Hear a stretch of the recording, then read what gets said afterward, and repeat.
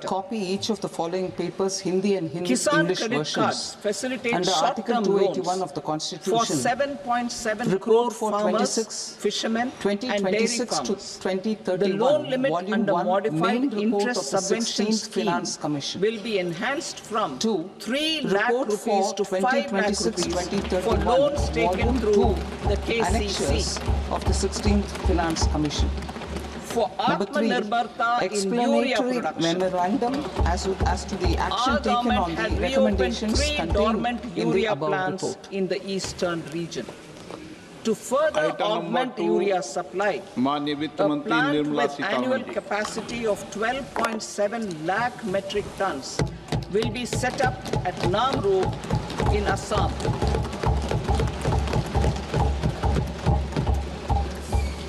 India Honorable Post, Speaker, sir, with 1.5 on the lakh sacred rural post occasion offices, of complemented by the Magh India Post Payment and the Bank birth anniversary and a of vast Guru network Ravidas, of 2.4 I present the lakh budget dark for the year savers will be repositioned to act as a catalyst for the rural economy. Details Since we are assumed at Annexure office C.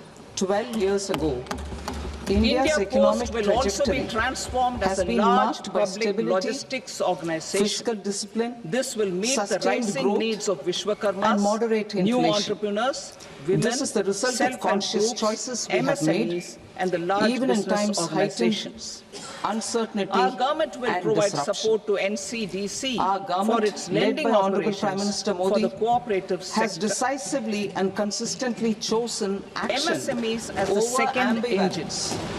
Now I move to Reform MSMEs as over the second rhetoric engine, which and encompasses people over manufacturing populism. and services We with a have focus pursued on far-reaching MSMEs numbering structural reforms, 5.7 fiscal prudence crores. and monetary stability, Currently, whilst over 1 maintaining a crore strong registered thrust on public MSMEs, investment. employing Keeping 7.5 crore Atmanirbharta people as a lodestar, and generating we have built 36% domestic of our manufacturing manufacturing capacity, have come together energy to security, position India and reduced as a critical global import manufacturing hub. dependencies.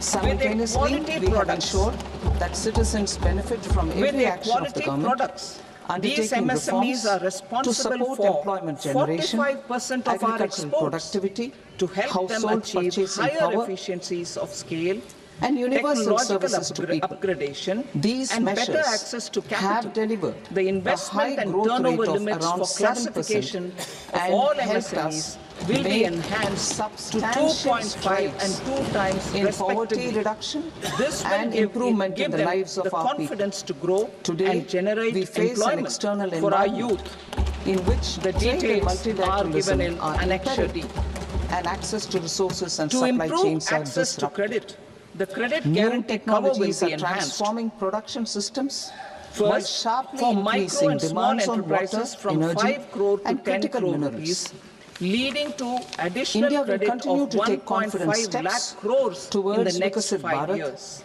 balancing ambition with Second, inclusion.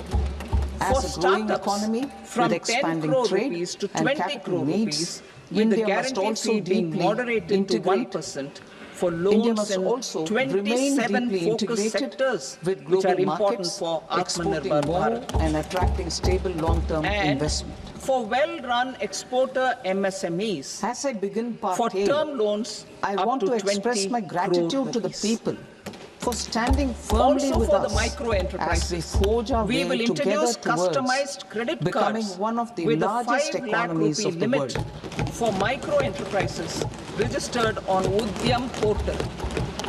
Our aim the is to first 10 transform lakh in the first aspiration year, into 10 lakh achievement such cards and will potential be into issued. performance. As Fund we of ensure funds for that startups. the dividends The of growth reach every alternate farmer, investment fund the scheduled AIF castes, the for scheduled startups tribes, have the received nomads, commitments the of youth, more than the poor, 91,000 and the women. crores rupees. In Viksit These are Bharat supported by Young the fund of Leaders funds set Dialogue up with the Government of 2026. India's contribution Several of innovative 10,000 ideas crore were rupees. shared Now, a new with our Prime fund of Minister, funds with which have expanded inspired many scope of the and a proposals, fresh contribution making of this a another unique 10,000 crore rupees Yuva-Shakti-driven will be set up. budget. A Our new government's scheme sankalp will be is to launched focus for on our 5 poor, lakh women, underprivileged, scheduled and the castes, and scheduled disadvantaged. tribes, To first-time deliver on this entrepreneurs.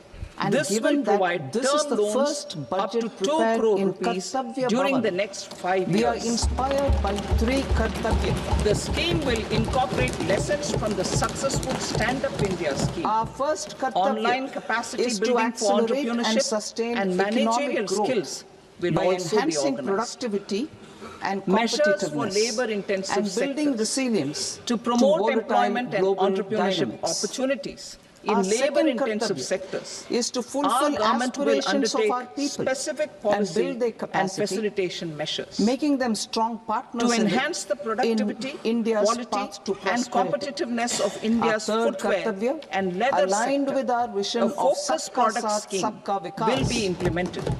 is to The scheme ensure will support design every capacity, family, community, component region, manufacturing, and sector machinery has access required to resources, for production of amenities, non-leather and quality footwear, opportunities for besides meaningful the support participation. for leather footwear and products. This The threefold scheme is approach expected to requires a facilitate employment supportive for ecosystem. 22 lakh The first requirement persons, is to sustain the momentum generate over of 4 lakh crore structural rupees, reforms, and exports continuous, of over adaptive, and 1.1 forward-looking. lakh crore rupees. Second, a robust and resilient Measures for the financial toy sector is central to Building on the mobilizing National savings, Action Plan for allocating toys, capital efficiently, we will and implement a managing scheme to make risks. India a Third, global hub for cutting-edge toys. technologies, including AI applications, The can scheme will serve as focus on development as of force clusters, multipliers for better skills, governance. and a manufacturing ecosystem Reform that will create Express. high-quality, Our government unique, has undertaken innovative, and comprehensive sustainable reforms toys towards that will creating represent the employment, Made in India boosting brand. productivity, and accelerating growth. After the Prime Support Minister's for food processing. announcement In line with our on commitment Independence towards Day in Purvodaya, 2025, we will establish over a National 350 Institute reforms of have been Food rolled out. Technology, This includes Entrepreneurship and GST Management in simplification, Bihar. notification of The labor institute codes, will provide and rationalization of a strong mandatory fillip quality control to orders. food processing High-level activities committees in have the been formed, entire and eastern in region. parallel, This the will central result government in is working with the one, state governments enhanced on income for the deregulation farmers and through value reducing addition to their compliance produce, requirements. and two, skilling entrepreneurship The Reform Express and is well employment on its way opportunities and will for the maintain youth. its momentum to help us fulfill Manufacturing our mission. Kartavya. Furthering I now Make in move India. to specific Our proposals. government will set up a national manufacturing Under our mission first Kartavya, covering small, to accelerate medium, and sustain large economic industries growth, for furthering I Make propose in India interventions in by 6 areas. providing policy support, execution 1. roadmaps, Scaling up governance and manufacturing monitoring in framework 7 for strategic central and ministries frontier and sectors. states. Details are in Annexure E. 2. Given our Rejuvenating commitment to legacy climate-friendly industrial development, sectors. the mission will also 3. support Creating clean champion tech manufacturing. MSMEs. This will 4. aim to Delivering improve a domestic powerful value push addition for and infrastructure. build our ecosystem for solar 5. PV Ensuring cells, long-term EV security and batteries, stability. motors And and 6. controllers, Developing city economic electrolyzers, regions. wind turbines, very high voltage transmission equipment, and Scaling up grid-scale of batteries. manufacturing in 7 strategic and frontier Investment sectors. as the third engine. Bio-pharma Now I move to Shakti, investment meaning as the third engine, Bio-pharma strategy which for health encompasses advancement investing in people, through knowledge, investing in the technology, economy, and and innovation. investing in innovation. India's Investing in disease people. burden is observed to be Saksham shifting Anganwadi towards and Poshan non-communicable 2.0. diseases. Saksham like Anganwadi diabetes, and Poshan cancer, 2.0 and program autoimmune provides disorders. nutritional support to more Biologic than 8 medicines crore are children. key to longevity and 1 quality crore of life pregnant women at and affordable lactating costs. mothers all over the country. To develop And India as a about global 20 lakh biopharma adolescent manufacturing girls in hub, aspirational districts and the northeast region. The cost norms for I these propose nutritional the support Bio-pharma will be Shakti enhanced with an outlay appropriately. of 10,000 crores over the Atal next Tinkering 5 Labs. years. 50,000 Atal This Tinkering will Labs build will be set the up in ecosystem government for schools domestic in production the of next 5 biologics years and to biosimilars. cultivate the spirit of The strategy curiosity will include and a innovation biopharma and focused foster a network with 3 scientific new temper national among institutes young of minds. pharmaceutical education Broadband and research, connectivity to popularly government known as secondary schools and NIPERS, PHCs. and upgrading Broadband 7 connectivity will be provided existing to ones. all government It will secondary also schools create a network and of 1,000 primary health accredited centers in India rural clinical areas trials under the BharatNet sites project. We propose to strengthen the Central Drug Bharatiya Standard Bhasha Control Pustak Organization scheme. to We meet global propose to standards implement a and Bharatiya approve Bhasha time Pustak frames scheme to through provide digital form and Indian approval time frames language through a books dedicated for scientific schools review cadre and for higher and education. specialists.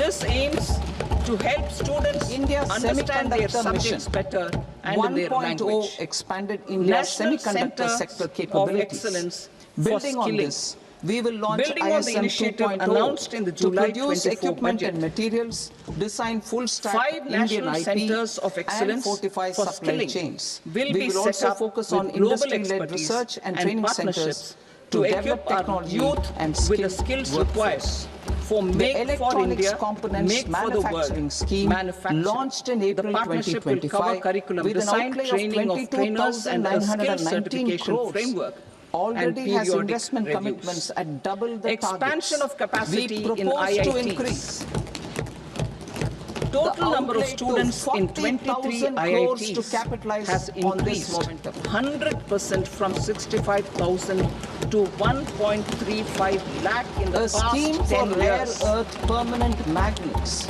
was launched in 2025 November. We now propose to support the mineral-rich states of Additional Odisha, infrastructure Kerala, will be created Andhra Pradesh, in the and 5 Tamil Nadu IITs to started establish after dedicated rare earth 2014 corridors to facilitate to education promote for mining, 6,500 processing, more research, students. and manufacturing. Hostel and other infrastructure To enhance capacity domestic chemical production and reduction IIT import Patna will also be dependency expanded. and reduce import dependency. We will launch a scheme to support states in establishing 3 dedicated Center of chemical Excellence. parks through challenge route on a cluster-based plug-and-play model. Center of Strong Excellence capital in goods. AI for education. I had announced 3 centers of excellence in artificial intelligence for agriculture, health, and sustainable Strong capital cities in goods capability 2023. is a determinant Now a center of productivity excellence and in quality artificial across different intelligence sectors. for education Towards will building be this set up with a capacity, total I outlay of propose the 500 following. crores. High-tech tool rooms will be established Expansion of medical by central education. public sector Our enterprises government has added at 2 almost locations 1.1 as digitally lakh enabled undergraduate automated service and bureaus postgraduate that medical locally education design, seats test in and 10 years, manufacture an high-precision increase of components at scale 130%. and In at the lower next year, cost. 10,000 2. additional A scheme seats for will enhancement be of added construction in and medical infrastructure colleges and equipments hospitals will be towards introduced the to goal strengthen of domestic adding manufacturing of 75,000 high-value seats in the and next 5 technologically years. advanced CIE. Daycare This cancer can range centers from in all lifts in a district multi-storied hospitals. apartment Our government or will facilitate firefighting equipment in multiplexes, setting large up or of small, daycare and cancer to tunnel centers boring in all equipments for district building hospitals metros in and the next 3 high-altitude years. roads. 200 centers will be established I also in propose a 25-26 scheme for itself. container manufacturing to create a Strengthening globally urban competitive container livelihoods. manufacturing Our government ecosystem has been giving priority with a to budgetary assisting allocation of urban poor 10,000 and crores over a vulnerable 5-year groups. period. A scheme for For the socio-economic upliftment of labor-intensive urban textile workers sector, will be I implemented propose to an help them integrated improve program their incomes, with 5 have sustainable subparts. livelihoods, and a better quality 1. of life. The National Fiber PM's Scheme for Swanidhi self-reliance in scheme natural has fibers, benefited more such than as silk, 68 wool, lakh and street jute, vendors, giving them man-made respite fibers, from and new-age high-interest fibers. informal sector loans. Textile Building expansion on this and success, employment the scheme scheme will to be modernize revamped traditional with clusters enhanced loans with capital from support banks, for machinery, UPI-linked technology credit cards upgradation, with and 30,000 common rupees testing limit and certification capacity building centers. support. 3. The National Social Handloom and Security Scheme Handicraft for Program welfare of to online integrate and platform strengthen workers. existing schemes Gig workers and of ensure online targeted platforms support provide for great weavers dynamism and to the new age. artisans. Tex Eco initiative to promote globally competitive and sustainable textiles and apparels. Samarth 2.0 to modernize the upgrade the textile skilling ecosystem through collaboration with industry and academic institutions. Further, I propose to set up mega textile parks in challenge mode They can also focus on bringing value addition to technical textiles. I propose to launch the Mahatma Gandhi Gram Swaraj initiative to strengthen khadi, handloom, and handicrafts. This will help in global market linkage and branding. It will streamline and support training, skilling, quality of process, and production. This will benefit our weavers, village industries, One District, One Product ODOP initiative, and also our rural youth. India has the potential to emerge as a global hub for high quality, affordable sports goods. I propose a dedicated initiative for sports goods that will promote manufacturing, research, and innovation in equipment design as well as material sciences.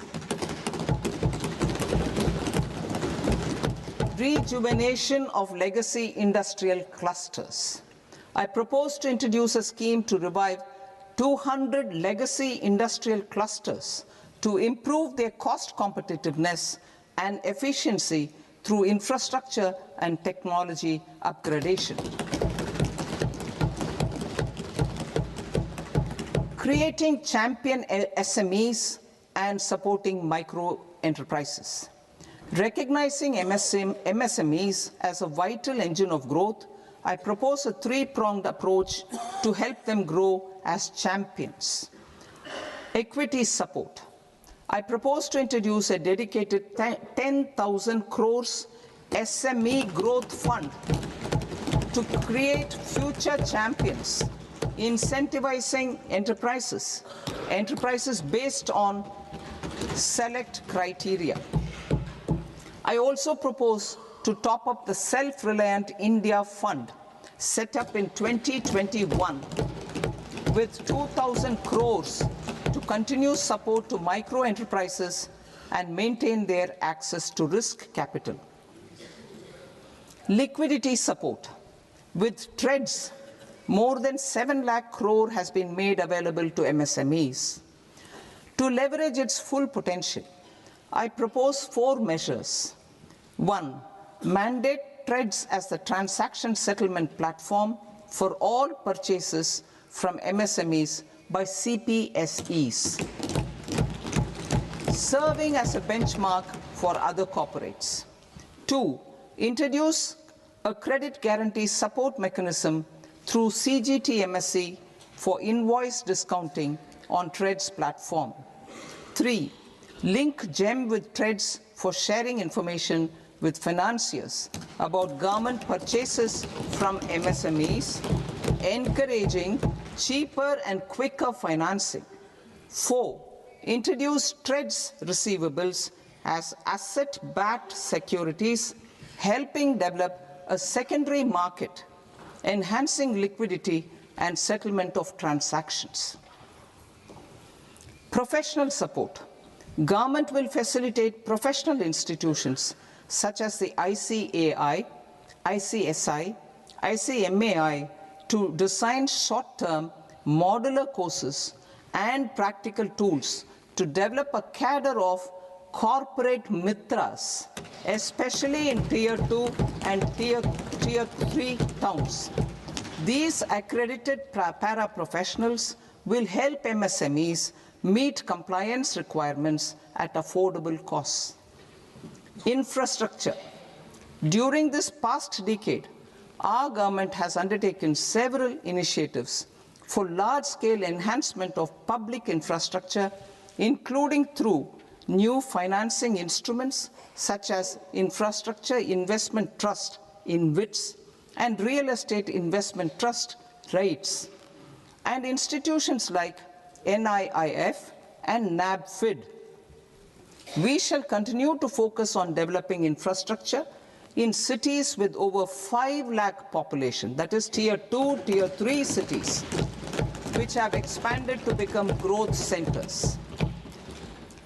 Public capital expenditure has increased manifold from 2 lakh crore in 2014-15 to an allocation of 11.2 lakh crore in BE 25-26. In this coming year, that is financial year 2026-27, I propose to increase it to 12.2 lakh crores to continue the momentum. To strengthen the confidence of private developers regarding risks during infrastructure development and construction phase, I propose to set up an infrastructure risk guarantee fund to provide prudentially calibrated partial credit guarantee to lenders. Over the years, rights have emerged as a successful instrument for asset monetization. I propose to accelerate recycling of significant real estate assets of the CPSEs through the setting up of dedicated rights. To promote environmentally sustainable movement of cargo, I propose to 1. Establish new dedicated freight corridors connecting Dankuni in the east to Surat in the west. Operationalize 20 new national waterways over the next 5 years, starting with National Waterways 5 in Orissa to connect mineral-rich areas of Talcher and Angul and industrial centers like Kalinga Nagar to the ports of Paradeep and Dhamra. Training institutes will be set up as regional centers of excellence for development of required manpower for these waterways. This will benefit youth in the entire stretch of the waterways to train and acquire skills. Further, a ship repair ecosystem catering to inland waterways will also be set up at Varanasi and Patna. And C, launch a coastal cargo promotion scheme for incentivizing a modal shift from rail to road to increase the share of inland waterways and coastal shipping from 6% to 12% by 2047. To enhance last mile and remote connectivity and promote tourism, I propose to give incentives to indigenize manufacturing of seaplanes. A seaplane VGF scheme will be also introduced to provide support for operations. Carbon capture, utilization and storage. Aligning with the roadmap launched in December 2025, the carbon capture, utilization and storage technologies at scale will achieve higher readiness and in end-use application across 5 industrial sectors, including power, steel, cement, refineries, and chemicals. An outlay of 20,000 crore is proposed over the next 5 years for this purpose. City economic regions. Cities are India's engines of growth, innovation, and opportunities. We shall now focus on Tier 2, Tier 3 cities, and even temple towns, which need modern infrastructure and basic amenities. This budget aims to further amplify the potential of cities to deliver the economic power of agglomerations by mapping city economic regions based on their specific growth drivers. An allocation of 5,000 crore per CER over 5 years is proposed for implementing their plans through a challenge mode with a reform-cum-result-based financing mechanism. In order to promote environmentally sustainable passenger systems, we will develop 7 high-speed rail corridors between cities as growth connectors, namely Mumbai to Pune, Pune to Hyderabad, Hyderabad to Bengaluru, Hyderabad to Chennai, Chennai to Bengaluru, Delhi to Varanasi, Varanasi to Siliguri.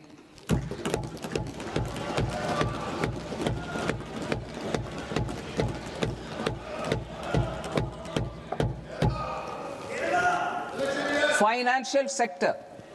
The Indian banking sector today is characterized by strong balance sheet, historic highs in profitability, improved asset quality, and coverage exceeding 98% of villages in the country. At this juncture, we are well placed to futuristically evaluate the measures needed to continue on the path of reform-led growth of this sector. I propose setting up a high-level committee on banking for Vikasit Bharat. High-level committee on banking for Vikasit Bharat to comprehensively review the sector and align it with India's next phase of growth, while safeguarding financial stability, inclusion, and consumer protection. The vision for NBFCs for Vikasit Bharat has been outlined with clear targets for credit disbursement and technology adoption in order to achieve scale and improve efficiency in the public sector NBFCs. As a first step, it is proposed to restructure the Power Finance Corporation and Rural Electrification Corporation. I propose a comprehensive review of the foreign exchange management non-debt instruments rules to create a more contemporary, user-friendly framework for foreign investments consistent with India's evolving economic priorities. Corporate bond market. I propose to introduce a market-making framework with suitable access to funds and derivatives on corporate bond indices. I also propose to introduce total return swaps on corporate bonds. Municipal bonds. To encourage the issuance of municipal bonds of higher value by larger cities, I propose an incentive of 100 crore rupees for a single bond issuance. 100 crore rupees for a single bond issuance of more than 1,000 crore. The current scheme under Amrit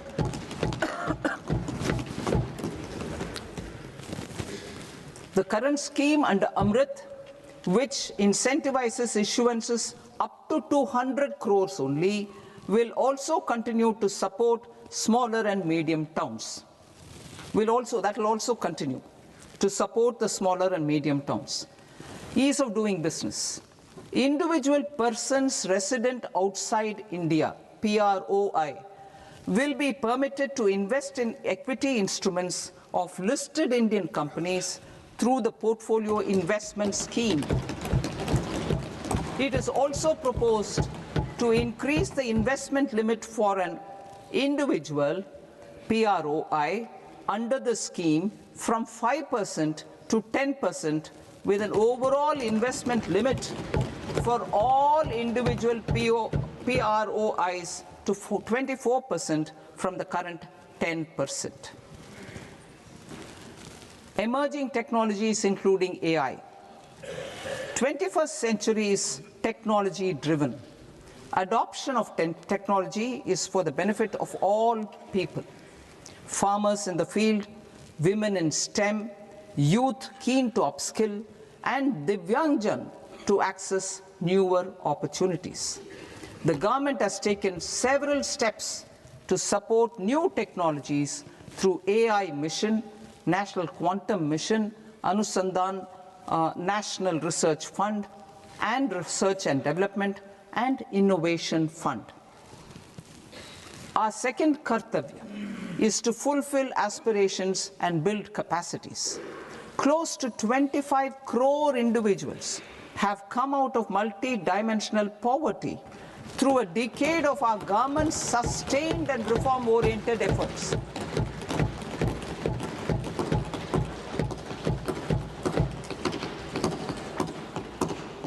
Our government has therefore decided to place a renewed emphasis on the service sector to provide a pathway to fulfilling aspirations of a youthful India with the following measures.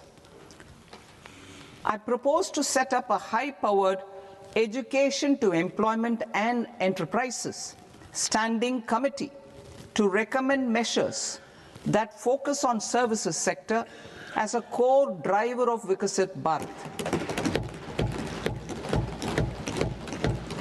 This will make us a global leader in services with a 10% global share by 2047. The committee will prioritize areas to optimize the potential for growth, employment, and exports. They will also assess the impact of emerging technologies, including AI, on jobs and skill requirements and propose measures thereof.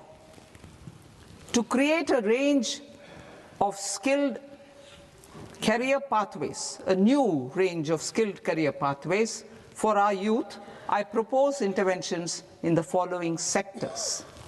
Health. Existing institutions for allied health professionals will be upgraded and new AHP institutions established in private and government sectors. This will cover 10 selected disciplines, including optometry, radiology, anesthesia, OT technology, applied psychology, and behavioral health, and add 1 lakh AHPs over the next 5 years. A strong care system covering geriatric and allied care services will be built. A variety of NSQF-aligned programs will be developed to train multi-skilled caregivers, combining core care and allied skills such as wellness, yoga, and operation of medical assistive devices. In the coming year, 1.5 lakh caregivers will be trained.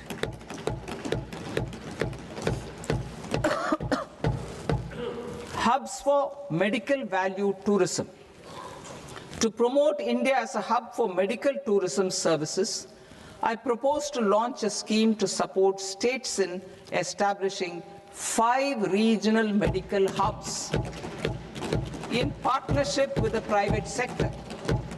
These hubs will serve as integrated healthcare complexes that combine medical, educational, and research facilities. They will have Ayush centers, medical value tourism facilitation centers, and infrastructure for diagnostics, post-care, and rehabilitation.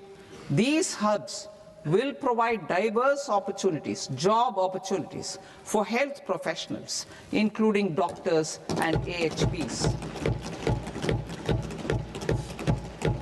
Ancient Indian yoga, already respected in several parts of the world, was given a mass global recognition when Honorable Prime Minister took it to the UN. Post-COVID, Ayurveda gained a similar global acceptance and recognition. Exporting quality Ayurveda products helps farmers who grow the herbs and youth who process the products. To meet growing global demand, a few more steps are being taken. I propose to 1. Set up 3 new All India Institutes of Ayurveda. 2. Upgrade Ayush pharmacies and drug testing labs for higher standards of certification ecosystem and make available more skilled personnel. 3. Upgrade the WHO Global Traditional Medicine Center in Jamnagar to bolster evidence-based research, training, and awareness for traditional medicine. Animal husbandry. Livestock contributes to close to 16% of farm income, including of poor and marginal households.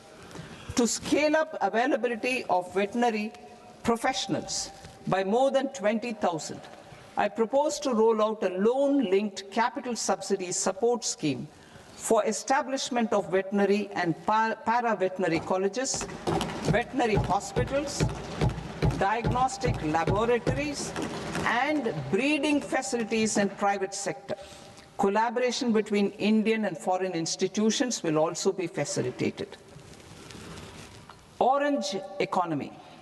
India's animation, visual effects, gaming and comics sector, ABGC sector, is a growing industry projected to require 2 million professionals by 2030. I propose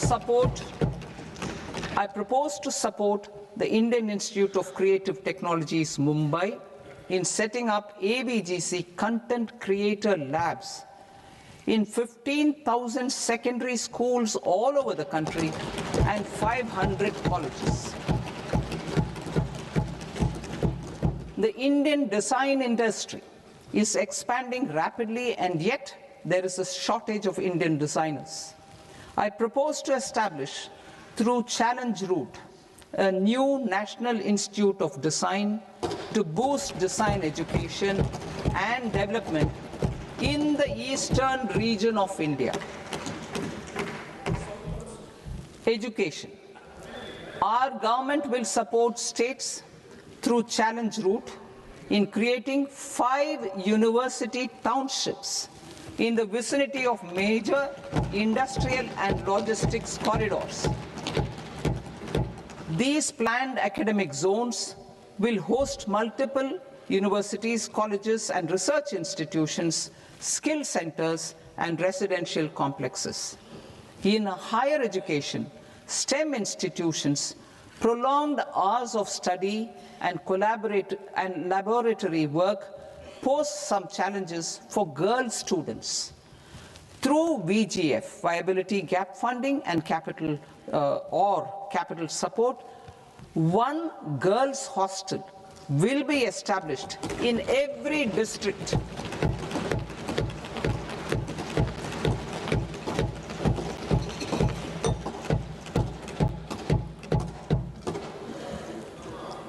To promote astrophysics and astronomy via immersive experiences, 4 telescope infrastructure facilities will be set up or upgraded. The National Large Solar Telescope, the National Large Optical Infrared Telescope, the Himalayan Chandra Telescope, and the Cosmos 2 Planetarium. Tourism. The tourism sector has the potential to play a large role in the employment generation, forex earnings, and expanding the local economy. I propose to set up a National Institute of Hospitality by upgrading the existing National Council for Hotel Management and Catering Technology. It will function as a bridge between academia, industry, and government.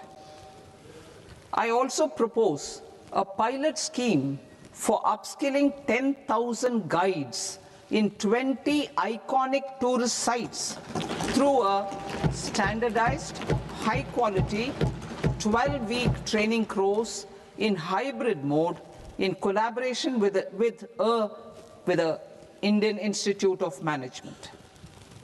A national destination digital knowledge grid will be established to digitally document all places of significance, cultural, spiritual, and heritage. This initiative will create a new ecosystem of jobs for local researchers, historians, content creators, and technology partners. India has the potential and opportunity to offer world-class trekking and hiking experience. We will develop ecologically sustainable mountain trails in Himachal Pradesh, Uttarakhand, and Jammu Kashmir. Also in Araku Valley in the Eastern Ghats and Podigai Malai in the Western Ghats. Turtle trails along key nesting sites in the coastal areas of Odisha, Karnataka, and Kerala. And 3 bird watching trails along the Pulikat Lake in Andhra Pradesh, Tamil Nadu. It's on the border. Under the visionary leadership of Honorable Prime Minister, we established the International Big Cat Alliance in 2024. This year, India is hosting the first ever Global Big Cat Summit, where heads of governments and ministers from 95 range countries will deliberate on collective strategies for conservation. Heritage and culture tourism.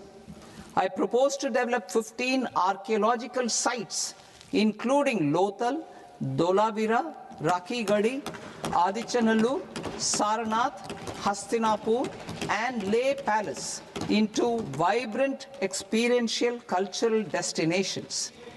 Excavated landscapes will be open to the public through curated walkways. Immersive storytelling skills and technologies will be introduced to help conservation labs, interpretation centers, and guides. The sports sector provides multiple means of employment, skilling, and job opportunities. Taking forward the systematic nurturing of sports talent, which is set in motion through the Khelo India program earlier, I propose to launch a Khelo India mission to transform the sports sector over the next decade.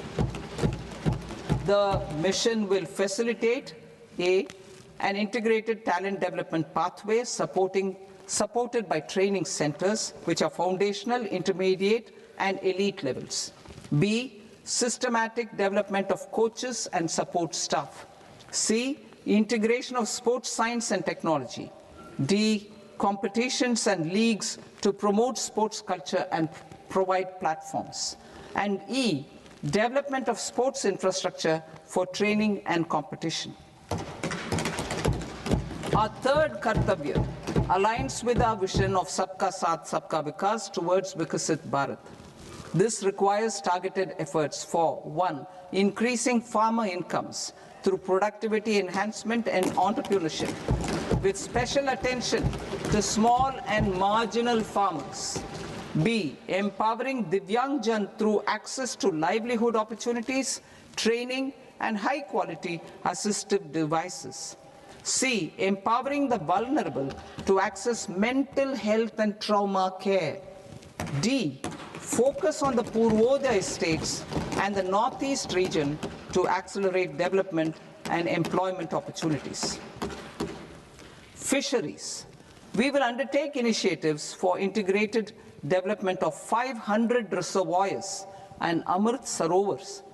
2, strengthen the fisheries value chain in coastal areas and enable market linkages involving startups and women-led groups together with fish farmer producer organizations.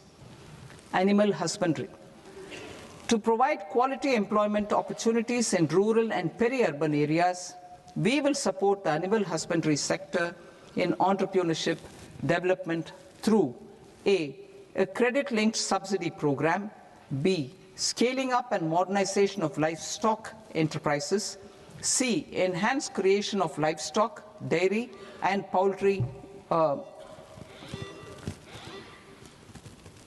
enhanced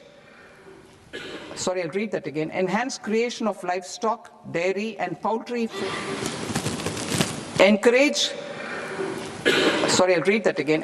creation of livestock, dairy, and poultry-focused integrated value chains, and D, encourage creation of livestock farmer-producer organizations. High-value agriculture.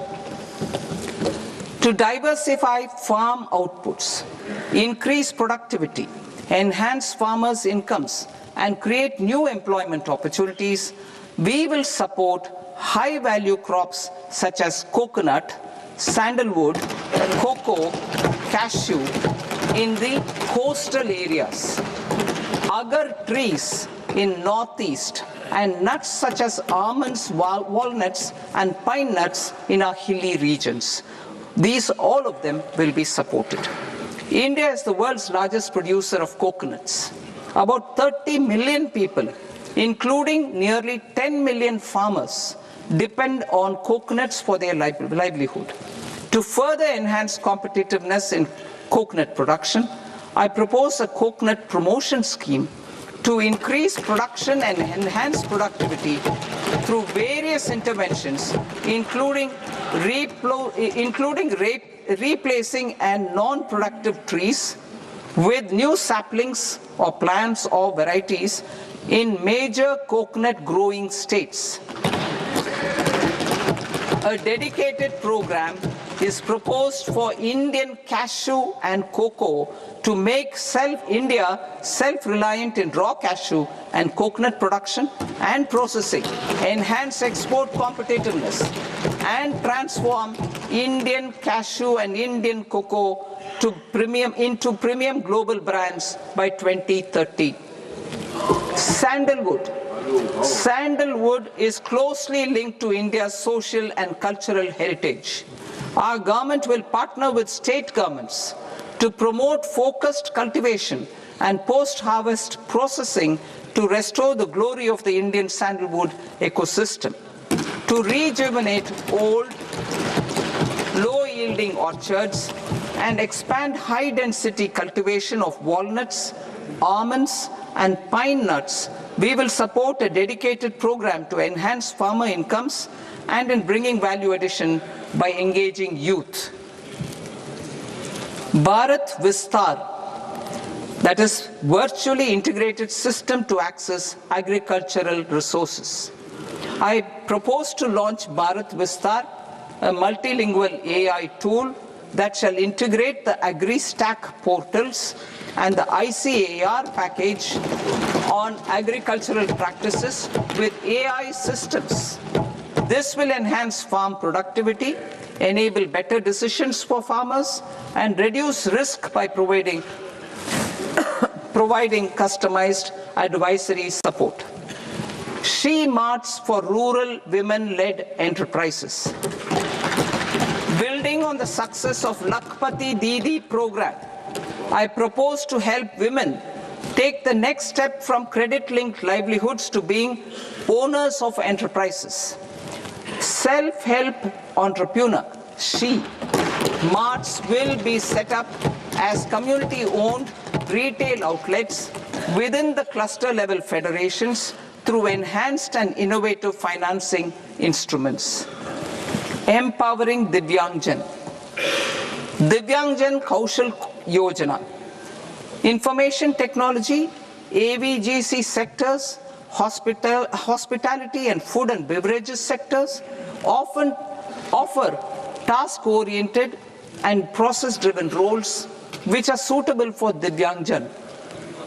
We will ensure dignified livelihood opportunities through industry-relevant and customized training specific to each Divyangjan group.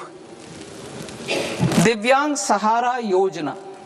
Timely access to high-quality assistive devices for all eligible Divyangjan is a fundamental need. I propose to 1. Support the Artificial Limbs Manufacturing Corporation of India, ALIMCO, to set up and to scale up production of assistive devices, invest in R&D and AI integration, strengthen PM Divyasha Kendras, and support setting up of assistive technology marts as modern retail style centers where Divyangjan and senior citizens can see, try and purchase assistive products. Reaffirming our commitment to mental health and trauma care. There are no national institutes for mental health care in North India. We will therefore set up a NIMHANS 2 and also upgrade national mental health institutes in Ranchi and in Tezpur as regional apex institutions. Emergencies expose families, particularly the poor and vulnerable, to unexpected expenditure. We will strengthen and increase these capacities by 50% in district hospitals by establishing emergency and trauma care centers. 4. focus on Purvodaya states and northeastern regions.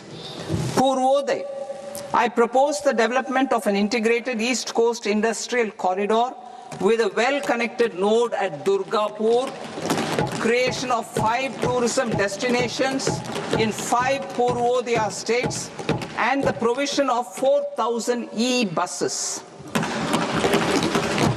Buddhist sites in northeastern region. The northeastern region is a civilizational confluence of Theravada and Mahayana or Vajrayana traditions. I propose to launch a scheme for development of Buddhist circuits in Arunachal Pradesh, Sikkim, Assam, Manipur, Mizoram, and Tripura.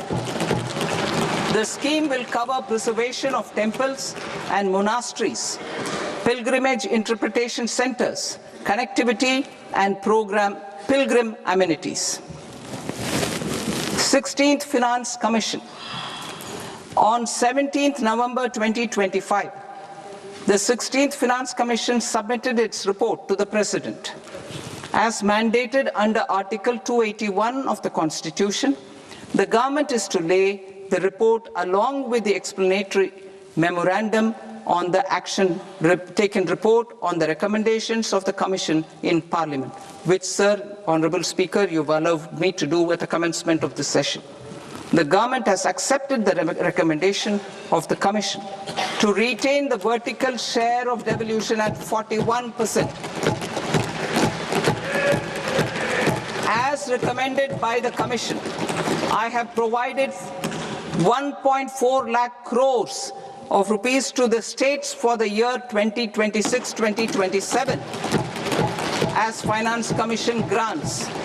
These include rural and urban local body and disaster management grants. Fiscal consolidation. Government has been delivering on our fiscal commitments consistently without compromising on social needs. To strive towards accepted standards of fiscal management in Budget 25-26, I had indicated that the central government would target reaching a debt to GDP ratio of 50 plus or minus 1% by 2030-31. In line with this, the debt to GDP ratio is estimated to be 55.6% of GDP in BE 26-27. compared to 56.1% of GDP in RE 25-26. A declining debt to GDP ratio will gradually free up resources for priority sector lending and expenditure by reducing the outgo on interest payments. One of the main operational instruments for debt targeting is the fiscal deficit. I am happy to inform this august House that I fulfilled my commitment made in 2021-2022 to reduce fiscal deficit below 4.5% of GDP by 25-26. In RE 25-26, the fiscal deficit has been estimated at par with BE of 2025-26 at 4.4% of GDP. In line with the new fiscal prudence path of debt consolidation, the fiscal deficit in BE 26-27 is estimated to be 4.3% of the GDP.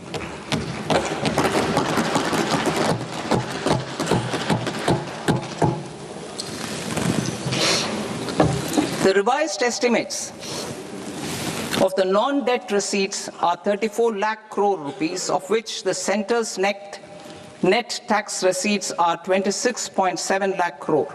The revised estimate of the total expenditure is 49.6 lakh crore rupees, of which the capital expenditure is about 11 lakh crores.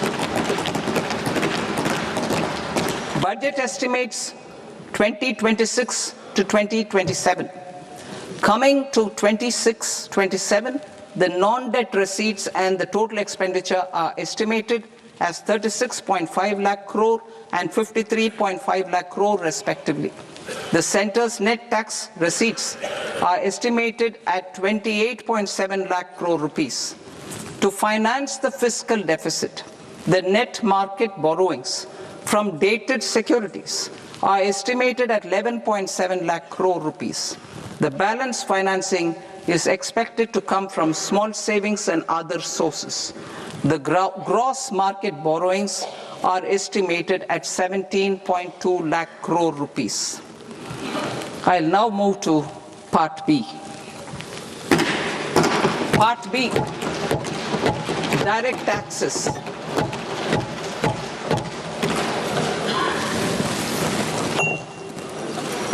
Honorable Speaker, sir, I now present my proposals on direct taxes. New Income Tax Act. In July 2024, I announced a comprehensive review of the Income Tax Act 1961. This was completed in a record time, and the Income Tax Act 2025 will come into effect from 1st April 2026.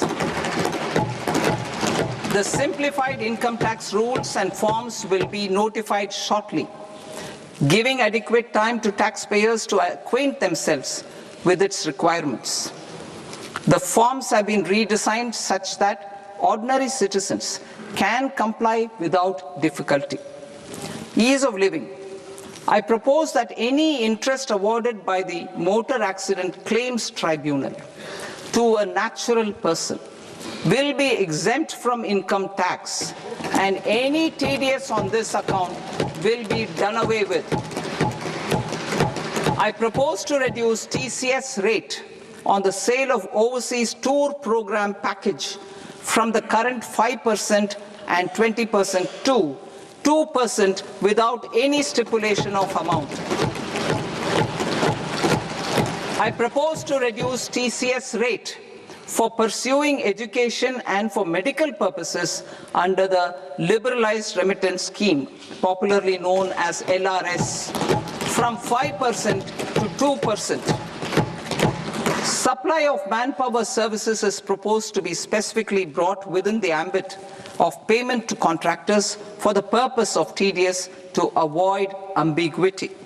Thus, TDS on these services will be at the rate of either 1% or 2% only. I propose a scheme for small taxpayers, wherein a rule-based automated process will enable obtaining a lower or nil deduction certificate instead of filing an application with the assessing officer. For the ease of taxpayer holding securities in multiple companies, I propose to enable depositories to accept Form 15G or Form 15H from the investor and provide it directly to various relevant companies. I propose to extend time available for revising returns from 31st December to up to 31st March with the payment of a nominal fee. I also propose to stagger the timeline for filing of tax returns.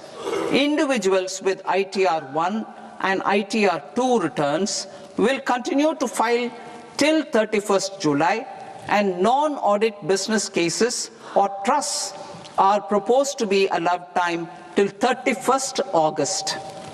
TDS on sale of immovable property by a non-resident is proposed to be deducted and deposited through resident buyers and his or her PAN-based challan instead of requiring a TAN, which is a temporary accounting number.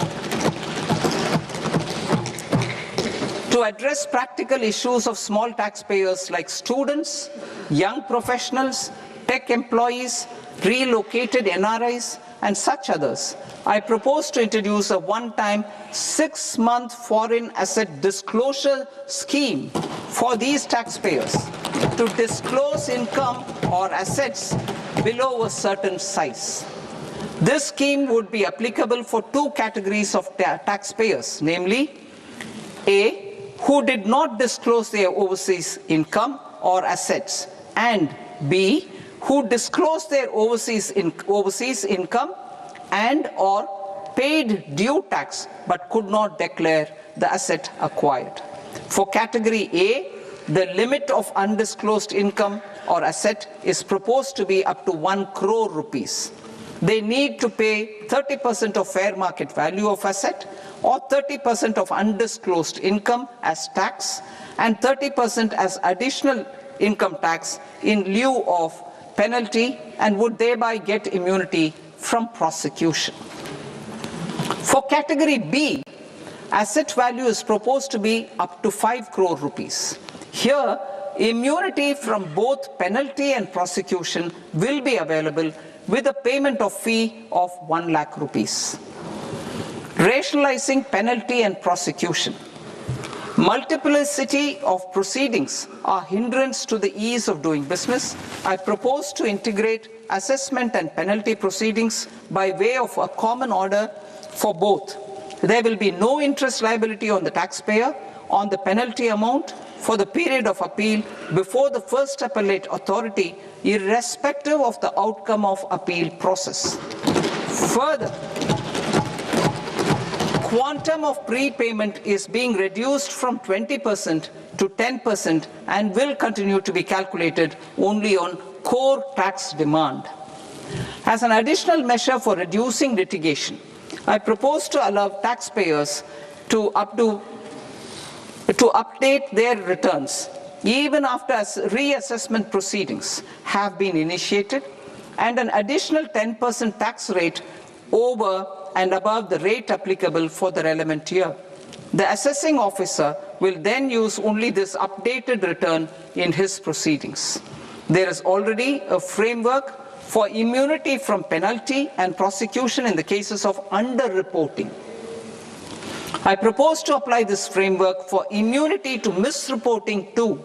However, in such a case, the taxpayer will need to pay 100% of the tax amount as an additional income tax over and above the tax and interest due. Penalties for certain technical defaults, such as failure to get accounts audited, non-furnishing of transfer pricing audit report, and default in furnishing statement for financial transactions are proposed to be converted into fee.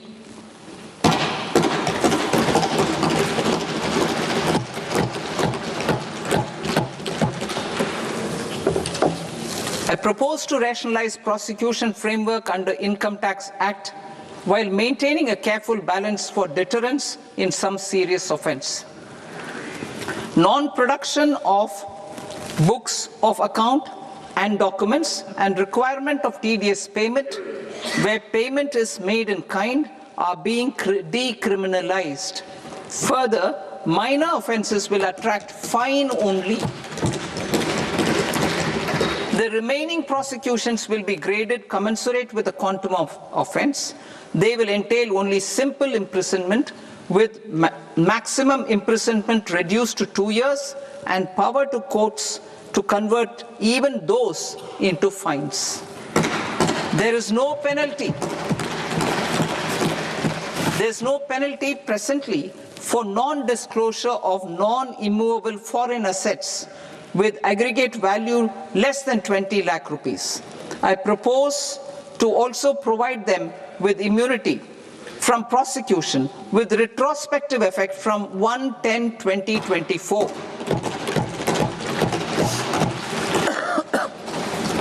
Cooperatives. Deduction is already allowed to a primary cooperative society engaged in supplying milk, oilseeds, fruits or vegetables raised or grown by its members. I propose to extend this deduction to also include supply of cattle feed and cotton seed produced by its members.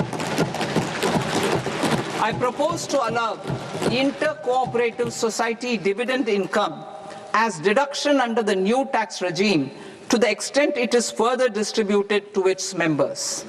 I further propose to allow exemption for a period of 3 years to dividend income received by a notified national cooperative federation on their investments made in companies up to 31/1/2026.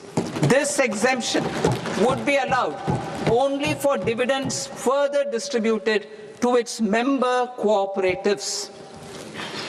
Supporting IT sector as India's growth engine. India is a global leader in software development services, IT-enabled services, knowledge process outsourcing services, and contract R&D services relating to software development.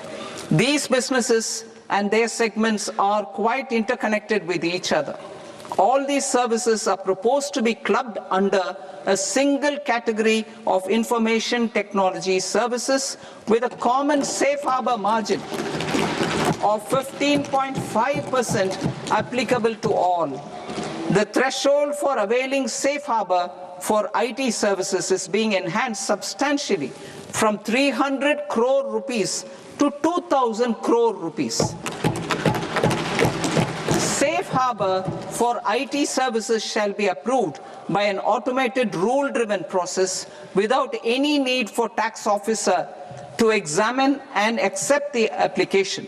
Once applied by an IT services company, the same safe harbor can be continued for a period of 5 years at a stretch at its choice. For IT services companies who want to conclude advanced pricing agreement, APA, I propose to fast-track unilateral APA process for IT services and endeavor to conclude it within a period of 2 years. The period of 2 years can be extended by a further period of 6 months on taxpayers' request. I propose to extend the facility of modified returns available to the entity entering APA to its associated entities also. Attracting global business and investment. Recognizing the need to enable critical infrastructure and boost investment in data centers, I propose to provide tax holiday till 2047 to any foreign company that provides cloud services to customers globally by using data center services from India. It will, however, need to provide services to Indian customers through an Indian reseller entity. I also propose to provide a safe harbor of 15% on cost in case the company providing data center services from India is a related entity. To harness the efficiency of just-in-time logistics for electronic manufacturing, I propose to provide safe harbor to non-residents for component warehousing in a bonded warehouse at a profit margin of 2% of the invoice value. The resultant tax of about 0.7% will be much lower than in competing jurisdictions. To provide fillip to toll manufacturing in India, I propose to provide exemption from income tax for 5 years to any non-resident who provides capital goods, equipment, or tooling to any toll manufacturer in a bonded zone. To encourage vast pool of global talent to work in India for a longer period of time, I propose to provide exemption to global, non-India sourced income of a non-resident expert for a stay period of 5 years under notified schemes. I propose to provide exemption from minimum alternate tax, the MAT, to all non-residents who pay tax on presumptive basis. Tax administration. I propose to constitute a joint committee of Ministry of Corporate Affairs and Central Board of Direct Taxes for incorporating the requirements of income computation and disclosure standards, the ICDS, in the Indian Accounting Standards, IND-AS itself. Separate accounting requirement based on ICDS will be done away with from the tax year 27-28. To support Prime Minister Modi's vision of homegrown accounting and advisory firms to become global leaders, I propose to rationalize the definition of accountant for the purposes of safe harbor rules. Other tax proposals. Change in taxation of buyback was brought in to address the improper use of buyback route by promoters. In the interest of minority shareholders, I propose to tax buyback for all types of shareholders as capital gains. However, to disincentivize misuse of tax arbitrage, promoters will pay an additional buyback tax. This will make effective tax 22% for corporate promoters. For non-corporate promoters, the effective tax will be 30%. TCS rate for sellers of specific goods, namely alcoholic liquor, scrap, and minerals, will be rationalized to 2%, and that on tendu leaves will be reduced from 5% to 2%. I propose to raise the STT on futures to 0.05% from the present 0.02%. STT on options premium and exercise of options are both proposed to be raised to 0.15% from the present rate of 0.1% and 0.125% respectively. We reformed the taxation landscape for corporates in 2019 by providing them a simplified regime with lower tax rate so that they could productively focus on business rather than on claim of deductions and exemptions. To encourage companies to shift to the new regime, set off of brought forward MAT credit, minimum alternate tax credit, is proposed to be allowed to companies only in the new regime. Set off using available MAT credit is proposed to be allowed to an extent of 1/4 of the tax liability in the new regime. MAT is proposed to be made final tax, so there will be no further credit accumulation from 1st April 2026. In line with this change, the rate of final tax is being reduced to 14% from the current MAT rate of 15%. The brought forward MAT credit of taxpayers accumulated till 30th March 2026 will continue to be available to them for set-off as above.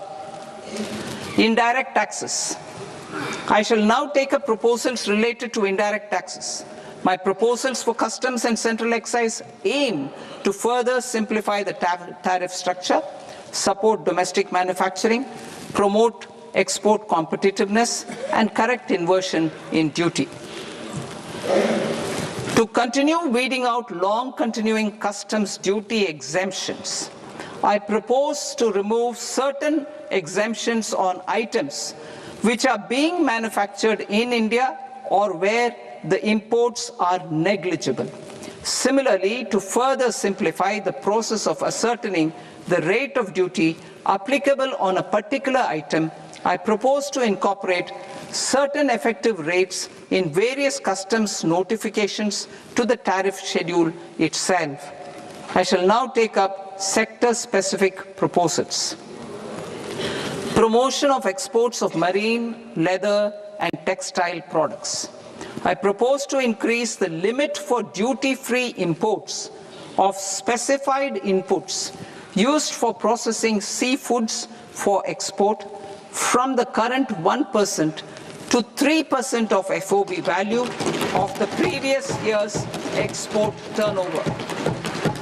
I also propose to allow duty-free imports of specified inputs, which is currently available for exports of leather or synthetic footwear, to exports of shoe uppers as well. I propose to extend the time period for export of final product from the existing 6 months to 1 year for exporters of leather or textile garments, leather or synthetic footwear, and other leather products. Energy transition and security. I propose to extend the basic customs duty exemption given to capital goods used for manufacturing lithium-ion cells for batteries to those used for manufacturing lithium-ion cells for battery energy storage systems also. I propose to exempt basic customs duty on import of sodium antimonate for use in manufacture of solar glass. Nuclear power. I propose to extend the existing basic customs duty exemption on imports of goods required for nuclear power projects till the year 2035 and expand it for all nuclear plants irrespective of their capacity. Critical minerals. It is proposed to provide basic customs duty exemption to the import of capital goods required for the processing of critical minerals in India. Biogas blended CNG. I propose to exclude the entire value of biogas while calculating the central excise duty payable on biogas blended CNG. Civil and defense aviation. I propose to exempt basic customs duty on components and parts required for the manufacture of civilian training and other aircrafts. It is proposed to exempt basic customs duty on raw materials imported for the manufacture of parts of aircraft to be used in maintenance, repair, or overall requirements by units in the defense sector. Electronics. To deepen value addition in the consumer electronics sector, I propose to exempt basic customs duty on specified parts used in the manufacture of microwave ovens. Special economic zone.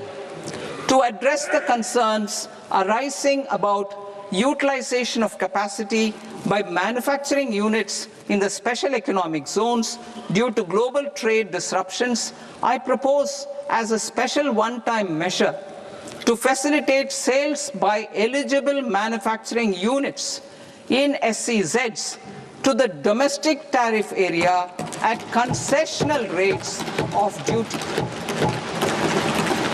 The quantity of such sales will be limited to a prescribed proportion of their exports.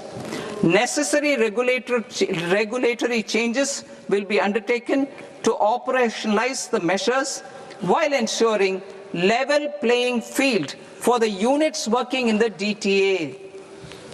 Ease of living. To rationalize the customs duty structure for goods imported for personal use, I propose to reduce the tariff rate on all dutiable goods imported for personal use from 20% to 10%. To provide relief to patients, particularly those suffering from cancer, I propose to exempt basic customs duty on 17 drugs or medicines. I propose also to add 7 more rare diseases for the purposes of exempting import duties on personal imports of drugs, medicines, and food for special medical purposes used in their treatment. Customs process. India's role and share in the global trade is poised for a major leap in line with our ambition and journey towards Viksit Bharat. In this regard, I propose many measures for custom processes to have minimal intervention for smoother and faster movement of goods and greater certainty to the trade. Trust-based systems. I propose to enhance duty deferral period for Tier 2 and Tier 3 authorized economic operators, known as AEOs, from 15 days to 30 days. I propose to provide eligible manufacturer importers the same duty deferral facility.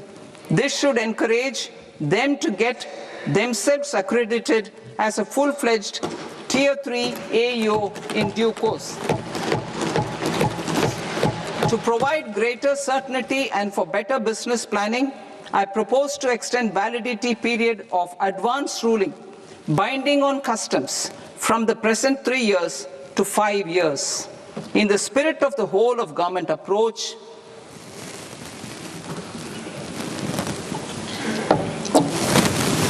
government agencies will be encouraged to leverage AEO accreditation for preferential treatment in clearing their cargo.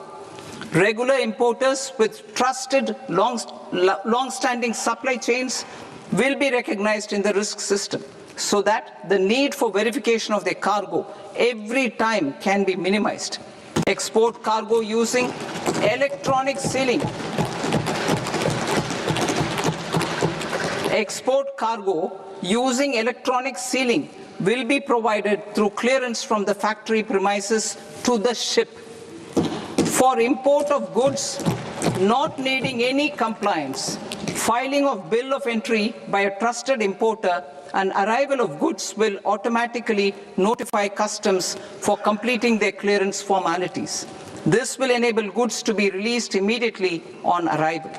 The customs warehouse framework will be transformed into a warehouse operator-centric system with a self-declarations, electronic tracking, and risk-based audit. These reforms will move away from the current system of officer-dependent approvals and reduce transaction delays and compliance costs. Ease of doing business. Approvals required for cargo clearance from various government agencies will be seamlessly processed through a single and interconnected digital window by the end of the financial year. Processes involved in clearance of food, drugs, plant, and animal and wildlife products, accounting for about 70% of interdicted cargo, will be operationalized on this system by April 2026 itself. For goods not having any compliance requirement, clearance will be done by customs immediately after online registration is completed by the importer, subject to the payment of duty. Customs integrated system will be rolled out in 2 years as a single integrated and scalable platform for all customs processes. Utilization of non-intrusive scanning with advanced imaging and AI technology for risk assessment will be expanded in a phased manner with the objective to scan every container across all the major ports. New export opportunities to support Indian fishermen to fully harness the economic value of marine resources beyond our territorial waters. The following measures will be taken. A. Fish catch by an Indian fishing vessel in exclusive economic zone or on the high seas will be made free of duty. Landing of such fish on foreign port will be treated as export of goods. Safeguards will be put in place to prevent misuse during fish catch, transit, or transshipment. To support aspirations of India's small businesses, artisans, and startups to access global markets through e-commerce, I am pleased to announce complete removal of the current value cap of 10 lakh rupees per consignment on courier exports. In addition, handling of rejected and returned consignments will be improved with effective use of technology for identifying such consignments. I propose to revise provisions governing baggage clearance during international travel to address genuine concerns of passengers. The revised rules will enhance duty-free allowances in line with the present-day travel realities and provide clarity in temporary carriage of goods brought in or taken out. There are honest taxpayers who are willing to settle disputes by paying all their dues, but they get deterred due to negative connotation associated with penalty.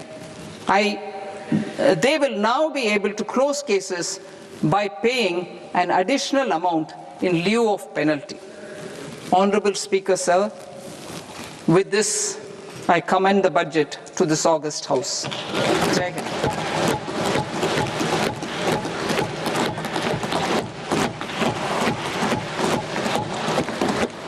One and a half hours. Item number 3 माननीय वित्त मंत्री जी।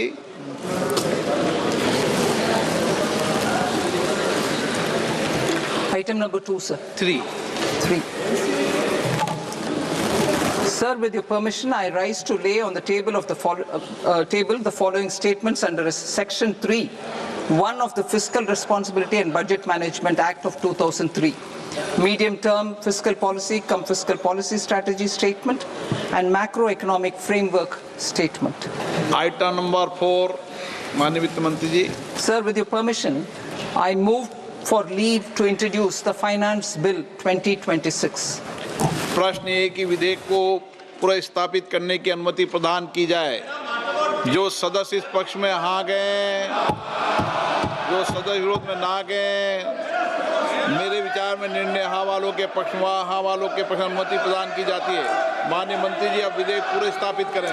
Sir, I introduce the bill. माननीय सदस्यगण, आपको सूचित किया जाता है कि माननीय वित्त मंत्री जी के बजट भाषण की कॉपी पब्लिकेशन काउंटर पर ली जाती है। बजट भाषण और बजट से संबंधित दस्तावेज आपके मोबाइल फोन और मेंबर पोर्टल्स पर ही उपलब्ध है। सभा की कार्रवाई कल सोमवार दिनांक 2 फरवरी 2026 को प्राप्त 11 बजे तक के लिए स्थगित की जाती है। Finance Minister Nirmala Sitharaman's 9th budget, a shorter speech than it has been at some times in the past, less than 90 minutes.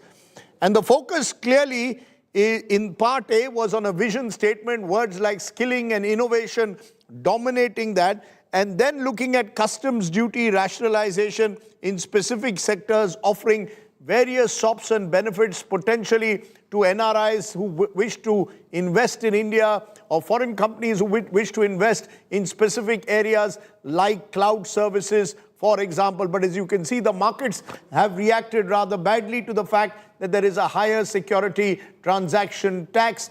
Markets, BSE, Sensex, in fact, is down by more than 1,000 points. So the markets clearly haven't responded positively to that higher security transaction tax. But let's get in first comments from across the table. Shankar, your first reactions.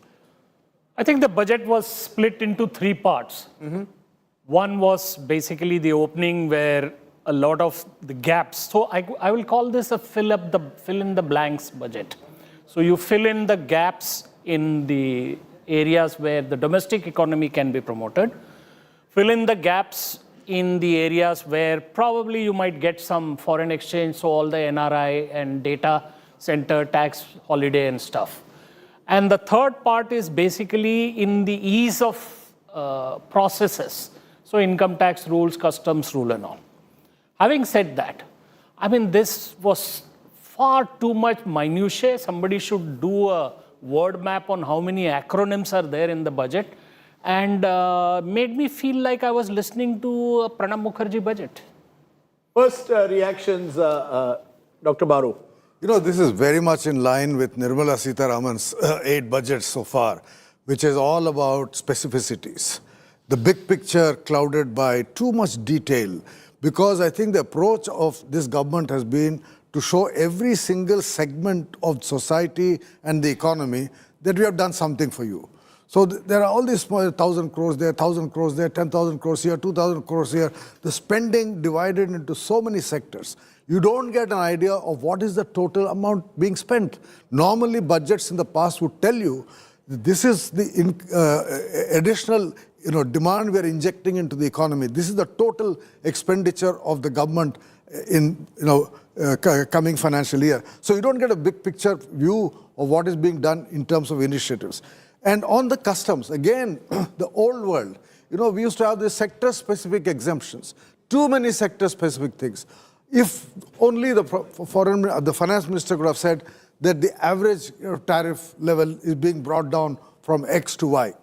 Calculating all these concessions, what is it? Has India become more open in terms of the tariffs, or are we still where we were? Those kind of messages are important for the economy to understand, where is the expenditure going, how much demand can be injected as a result of all these initiatives, and how much openness is there. We don't get a big picture view at all. I had a friend who just sent me a message saying she should be called Tinker Raman. Absolutely. So that's what she's done today. We are tinkering here. Rajiv, you want a quick comment? Your first comment? So I think few encouraging things that I found very important were the emphasis on high-speed railways across the 7 city hubs identified. I think that's a really good step. Then of course the expanded budget for the India Semiconductor Mission, the biopharmaceuticals focus, I think all of that is excellent stuff. Punita. So while it is very difficult to analyze these consequences of all these little initiatives on the tax side, and that'll take a lot of time to do that, at the very high level, based on the speech, I think it's more like going back to the grassroots. Some of these initiatives are very focused, like tourism, medical tourism. You're setting up rare earth corridors. You're looking at specific areas as well. Yes, and then Buddhism, promoting Buddhism and cultural centers, education in, underserved tier 2, tier 3 cities.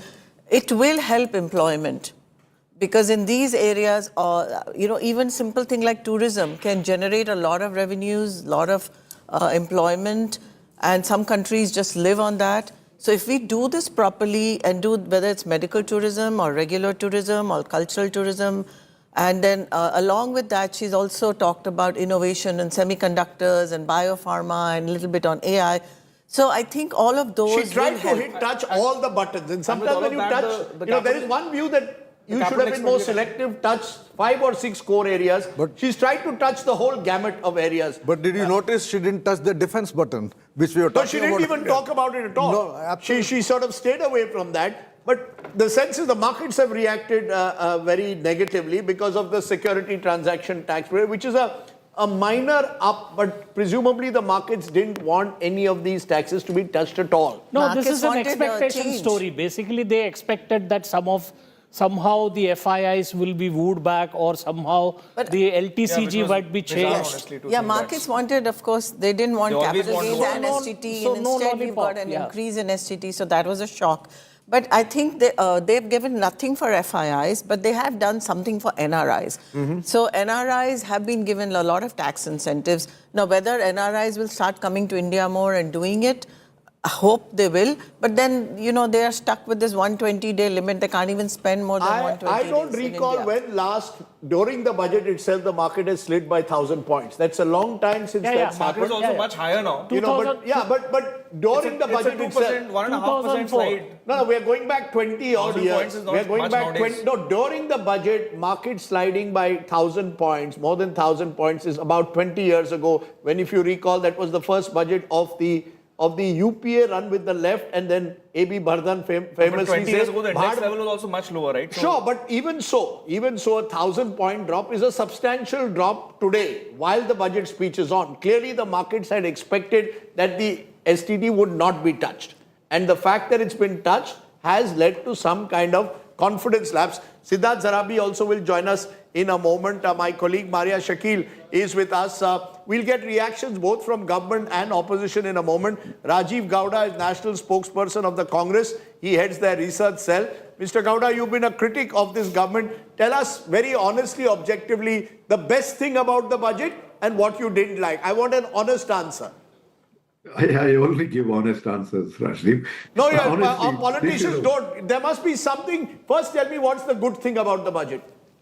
Good thing is the 2 enhancements that they're going to implement in different parts of the country. Mental health and is a domain that really needs addressing. So there's a first step in that direction. Now, just let me turn to focusing on my job, which is to point out what all is wrong. The markets are collapsing there because not just one particular feature of the increase in the tax for the transaction. The basic point is that this was a crisis budget, right? We are facing a crisis in terms of foreign confidence and investment. So what you need to do is to revive multiple dimensions of the Indian economy. Now, for all the talk about these three kartavyas, etc., just take what is being done for youth. Is whatever initiative that she announced here today actually going to create jobs? What has been the track record so far? What happened to agriculture? What happened to defense? How come any of these massive, crucial domains have actually been ignored in this very long, but not longest speech? So these are the sorts of questions that come up right away and say, what's, this government... I'm just taking short reaction. Using the budget as an announcement platform, but look at the track record and just see whether any of these have actually translated into any outcome. Okay. Siddharth Zarabi joins us. Siddharth, your first reactions, particularly as I told Shankar, I don't recall last when during the budget speech the market takes such a sharp dip. Is it just the STT which has spooked the market? Well, there have been instances of significant dips, including when the more than 1,000 points, maybe retrospective tax last. Bases were last, but I recall Pranab Mukherjee's retrospective amendment budget. But the broad point that you were making, Rajdeep, about why, it's a very simple why the securities transaction tax has been hiked. You can talk about the quantum, but its impact is coming at a time when people were looking for some relief from a stock market perspective, essentially on account of the fact that the markets have been negative for quite some time, have taken a beating on account of various external factors. So the comparison in the mind of market makers and market players is that instead of addressing that trend, they are taking this as an absolute negative that you have gone ahead and hiked on futures and options. But why is this?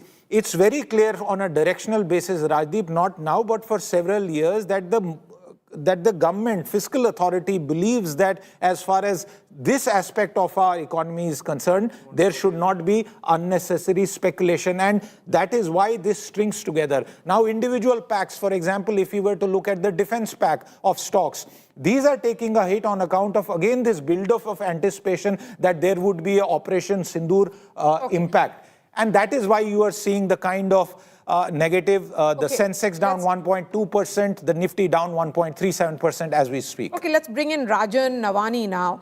Mr. Navani, how are you looking at the numbers right now? I mean, of course, the stock market has given a huge thumbs down, but the larger question is that how will you describe this budget?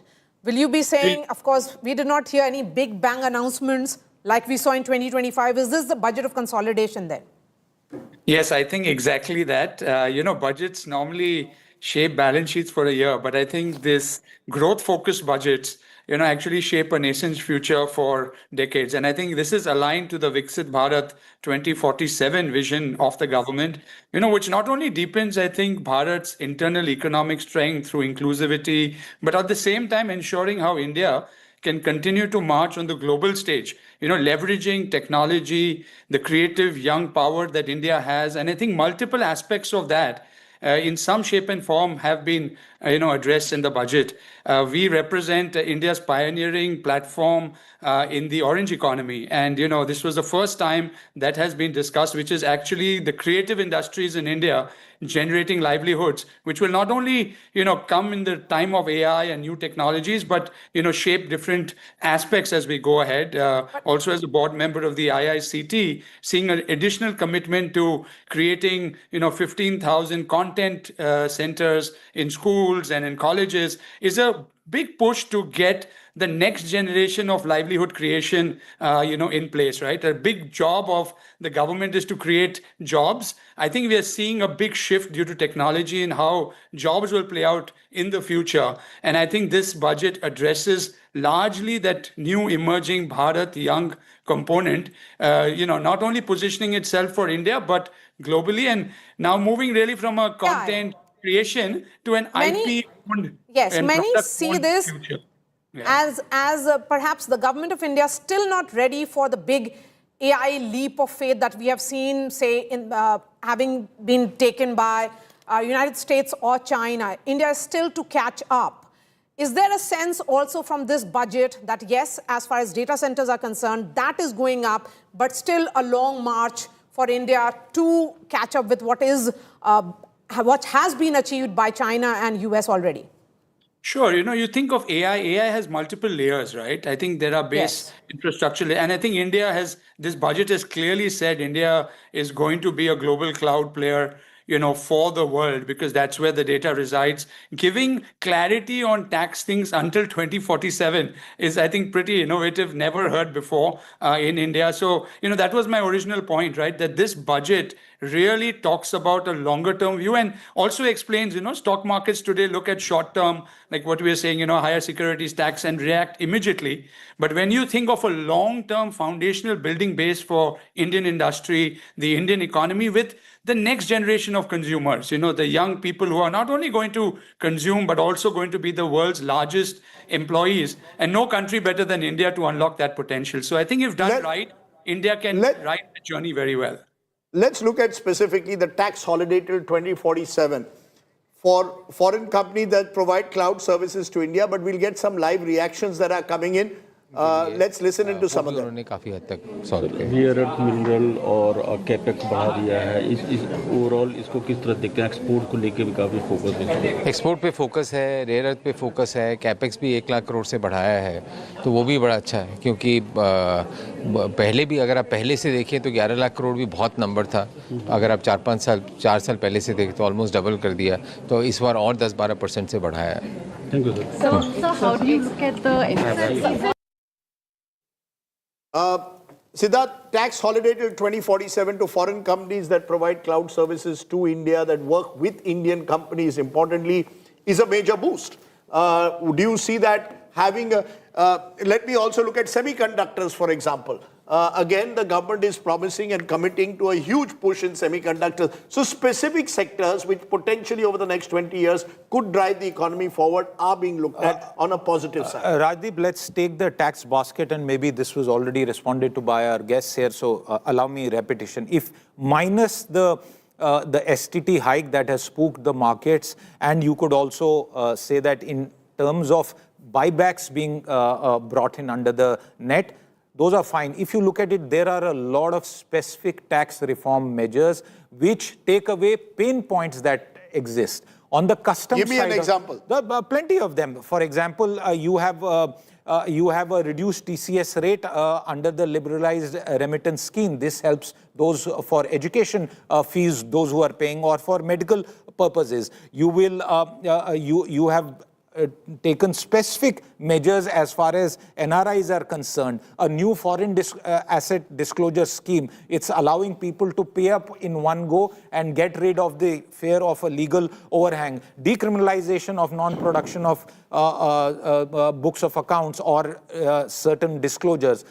These are minutiae. It may not be a headline grabbing, but I just want to take up 3 numbers which to me are the most significant, which talk about how this government has remained on the path over multiple years. One is the fiscal roadmap and the numbers, the shift to debt to GDP. By next year, we will be able to have a comparative figure. The second is the capex hike. This is again very clear that physical infrastructure along with digital and new age sectors like semiconductors that you spoke about, Rajdeep, remain a priority. And I wonder if it's been discussed, but the 16th Finance Commission report has recommended 41% devolution. That 41% devolution was prevailing for the previous 5 years. That has been continued. So that part of the political economy, especially with regard to resource availability for states, being taken care of. I would say the broad macro numbers and staying on the path, no shocks, no surprises, and obviously the fiscal deficit couldn't have become 3%. Yeah, go ahead. Keeping up the capital expenditure. Keeping up the capital expenditure, over 12 trillion rupees. And cleaning up the house with regard to certain tax and definitely for customs. These are the 3 broad pillars. Now, allocations for schemes. I must say that those are headline numbers. It takes time for the economy to absorb them. Several of them spill over into multi-year implementation. So for the moment, we can look beyond those numbers as well. Given the capex numbers that you all just spoke about, let's go to Vinayak Chatterjee, Chairman, CII, National Committee on PPP in Infrastructure, founder and managing trustee, the InfraVision Foundation. Your first reactions, Mr. Chatterjee, also joined by Vivek Bhatia, MD and CEO, TKIL Industries. But first you, Mr. Chatterjee. Thank you, thank you. I will restrict my comments to my pay grade, which is relates to the infrastructure sector. In this budget, I have found two major dominant themes in infrastructure. One is a very significant focus on urban infrastructure, and the next is a bit of a transformational agenda, which is 7 new high-speed rail corridors. These are the two major dominant themes, and there are 4 sub-themes which find an impactful presence in the budget. One is with regard to the entire focus on social infrastructure, medical tourism, university townships, archaeological sites, sports training institutes, and tourism circuits. The second is coastal and inland waterways. The third is financial restructuring, REITs for unlocking land, monetizing land of CPSEs, infra risk guarantee fund, restructuring of PFC and REC and municipal bonds. And the fourth is the fair amount of tax incentives being given for data centers, nuclear, biogas, and aircraft, MRO, and manufacturing Mr. parts. Chatterjee, so these are the my broad takes on this budget. Yep. Yes. One of the highlights is of setting up of infrastructure risk guarantee fund. What will it really entail? Yes. Infrastructure risk guarantee Well, we fund? have to see the fine print, but it says, yes, it is the FM clarified that this was for lenders. So I suspect for financial institutions lending to infrastructure projects, if there are difficulties, then this infrastructure risk guarantee fund will mitigate part of the pain. But we have to wait to see exactly what this means in terms when we see the fine print. NPA insurance. Sorry, Infra NPA insurance. It's basically a form of infra NPA insurance because the distance between the project, the realization of the funds. Now, if you see a large number, and Vinayak might know the details, a large number of projects have yet to be paid by central and state governments, which makes it difficult for the companies executing the projects to repay money to the banks. So this kind of risk guarantee will prevent them to be pushed into NCLT or to insolvency courts. And maybe I hope that they will clarify that this is not some kind of, lend to whoever you want and then sort of encash. The fact is that this budget it's an NPA. So yeah, but this budget was against the backdrop of these geopolitical headwinds, which even the economic survey has spoken about. And I will come to my guest to find out what specifically does this do to allay those concerns, those fears. How much really could the budget also have done in terms of allaying what is really not in your hand, what is done across the world. But Vivek Bhatia, MD and CEO, TKIL Industries, is there a sense that the government has given a broad vision for where industry goes? We've been discussing this time and again. Private investment is lower than it was pre-2019. What has this budget done to get back that investor confidence? Specific sectors have been targeted, but is there a big picture that emerges? That's a very good question, Rajdeep. If I look at how the finance minister started her speech today, she spoke about 3 kartavyas. And the first one she said is about growth, but growth not driven by the brute force of capital, but rather focusing on productivity and competitiveness. The second one that she emphasized was, talking about aspirations and making sure that different parts of the economy, from a citizen perspective, their aspirations are addressed. And third, I think the inclusiveness that she wanted to bring about in terms of covering various parts of the economy. So I think philosophically, if I look at these 3 objectives and what she has tried to cover, it's really a broad set of strokes with which she has tried to do different things in various pockets of the economy. Having said that, I think if we look at this from a numbers point of view, I think to have fiscal deficit going down from 4.4 to 4.3, and at the same time to have an improvement in overall infrastructure spending, I think it's a fine balancing act. But she has really put money in the right spaces and in the right areas, which is very relevant given the current macroeconomic environment, geopolitical environment that we see today. And what I really liked was, apart from the areas that Vinayak mentioned, which are extremely relevant and promising, I would say I really like that, she carved out 20,000 crores for carbon capture, focusing on core sectors. And, when we look at the kind of FTAs that we are signing, I think making the Indian economy green, the Indian products greener, would be vital for greater market access in the coming days and years for the Indian economy. So I think that's really positioning us in the right way for those sectors. And then also in some simple ways, I think without... Sorry, Vivek, I just want to get as many views as possible. Vinayak, very quickly, there was a sense that, as I said, this was an opportunity in the adversity of global headwinds to send out a strong signal that India means business, ease of doing business. Those have been mantras in recent times. Speed of doing business is the new mantra. Do you believe that this budget gives that kind of incentive to industry to recognize that the government is with them? Siddharth just mentioned that there are a few exemptions that are being given, for example, to NRIs to invest in India. But overall, do you see it increasing our manufacturing competitiveness and actually giving us some kind of a direction when it comes to these, to taking on the world in these times of global headwinds? The answer lies, it's easy to give a macro answer, sweeping answer. But I think to answer your question credibly is to see the level of micro detail that the FM has gone into to actually provide a sense of relief to many, many sectors in terms, not just relief, but to provide encouragement to stand up and fight the global headwinds that are blowing. I mean, she has gone from construction equipment to chemicals to rare earths to bio-pharma, semiconductors, electronics, container manufacturing, natural fiber, textiles, handlooms, the special dispensation for SEZ, sports goods. So what I would say is, compared to other budgets, she has, instead of making general statements, she has specifically gone to a plethora of industries to say, we are standing by you.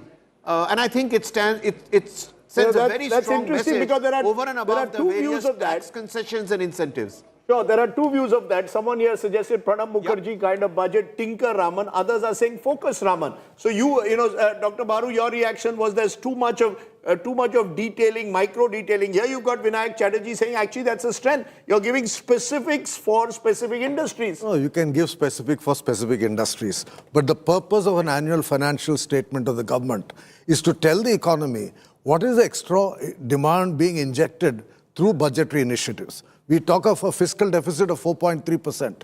What is the total expenditure this year going to be? And what is the total revenue mobilization going to be? Every single budget in the past would end with a statement. This is the additional expenditure. When you give 10 different items where you're 10,000 here, 10,000 there, 10,000 there, what does it add up to? Okay, let me put a specific, since you said specific, tax reforms to boost manufacturing sector. Exemption from income tax for 5 years to non-residents providing capital goods, equipment for tooling to any toll manufacturer in a bonded zone. Provision of safe harbor to non-residents for component warehousing in a bonded warehouse. Deferred duty payment window to trusted manufacturers. Increase the limit for duty-free imports of specific inputs used for processing seafood products for export. Duty-free imports of specific inputs extended to export of shoe uppers, that's in the leather industry. Extension of time for export of final product for exporters of leather or textile garments. Basic custom duties for manufacture of microwave ovens, basic custom duty exemptions for those in aircraft manufacturing. We've also looked at, you can also look at nuclear power specific areas, a special one-time measure to facilitate sale in domestic tariff area of duty by eligible manufacturing units of SEZs. So she will say... What does it all add up to? It all adds up to trying to use this to ensure ease of doing business for specific sectors. But does it make the economy more open? No. Manufacturing sector has been a matter of concern. These are efforts being made, when one would say. So has the demand dying, and now you're again coming up with some regulation to incentivize industry through kind of SEZ. I mean, she's specifically giving you tax reforms for specific sectors. The big story here is the government of India will spend 1 lakh crore more. Higher capital expenditure. Capital thing. The total expenditure is... Total expenditure... 25% of the budget is, I think, on capex now. Yeah, and the total expenditure is roughly gone up by that much. Yeah. So you have last year's economic conditions with a higher marginally, incrementally higher expenditure. What the budget sort of the lost in detail story is that there are specific areas which sort of they're creating the roads, like the high-speed rail corridor. But there's no allocation, you don't know where it's going. That's the point. So whether it will be funded by public or PPP or the Japanese, we don't know. But we know from experience, Dr. Baru. So at least I think there's an intent put out that 7 more high-speed rail is coming out. Let's also look at it from a different perspective. If you take the last 11-year period, capital expenditure budget has gone up 6 times. It was 2 lakh crore then, it is now 12.2 lakh crore. And if you look at defense modernization, because Shankar, we have the numbers now, the defense modernization allocation this year is 2.2 lakh crore. So as the details filter in, it seems that the intent that has been followed for several years of a capex push along with other measures continues very clearly with the numbers. The best part of the budget. Demand is not picking up. I mean, we began this discussion by saying that the big challenge is stagnant private corporate investment and stagnant demand. Productivity gains. Okay, so let's listen into some reactions which have come in. These are political reactions coming in from Parliament.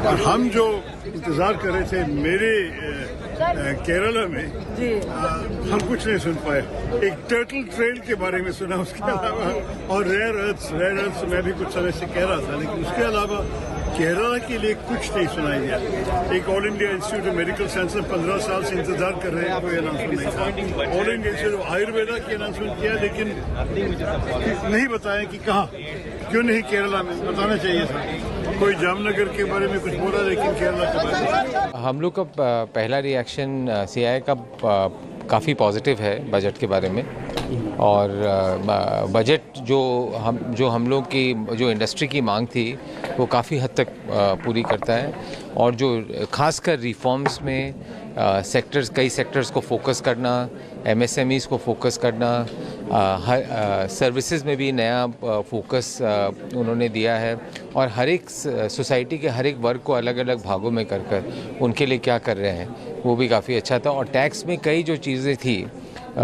जो पहले से जो कई चीज़ें जो race करी जा रही थी सिंप्लिफिकेशन के लिए वो भी उन्होंने काफ़ी हद तक सॉल्व किया. Okay, as you can see, these are early reactions and often the devil or the benefits in a budget lie in the details. And until those details start coming out, it would be premature to make the kind of statements like I just heard from Shashi Tharoor ki humko kuch turtle ke liye diya gaya hai. If you look at it, there are also other areas which could benefit Kerala when it comes, for example, cashew. And specific, you see, it almost seems as if a finance minister is in a zero-sum game. If she goes into specifics, people say she's tinkering. If she gives the broad sweep, people say that she's generalizing.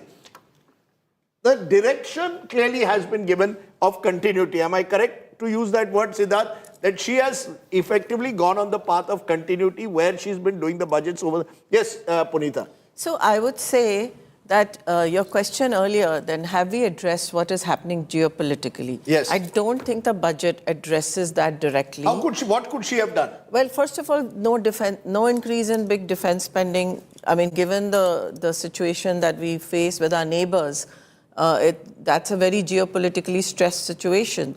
So we've not addressed that. But what we have addressed through multiple different ways is strengthening the domestic supply chains by giving some relief to lots of little MSMEs and, as I said, you know, tier 2, tier 3 cities development, etc. So it's back to like being more insular and focusing more on the domestic economy rather than focusing on the global economy. There's very little here that will help us Rajdeep, in terms of the politics of budget, we often focus on that. Last year, there were some announcements that were made keeping in mind particularly the alliance partners for Andhra Pradesh and also for Bihar. Bihar was poll-bound. Now, we haven't seen any such big announcement with regards to Tamil Nadu or Bengal. These are the two states where the BJP is very keen on expanding its footprint. So, the politics of the budget is something that we'll have to wait and see. No, there were a few. Not specifics. For Kerala, Kerala, if you could see, there was an attempt being made to reach out to specific No, industry. it was there. The colors were all there. Kerala had stuff. Tamil Nadu had stuff. Eastern region. She spoke of Eastern region. No, Andhra Pradesh had it. because of the Hyderabad, lots of all the marine, yes. the whole marine story is the Andhra story, and there is stuff for Odisha. These are. Let me get in Pawan Verma for a quick comment. Pawan Verma is a former member of parliament. He just written a piece saying that this is a chance for the FM to be brave. Mr. Verma, was the FM brave according to you? In my view, you have to ask yourself the question, what do you expect from a budget statement? Frankly, I'm a little disappointed because we were expecting a vision statement, and I'll tell you very simply why. The government has been in 2 absolute majorities and 1 stable majority for a 3rd term. The fiscal deficit is under control, inflation is manageable, the growth rates are above 6 to 7%.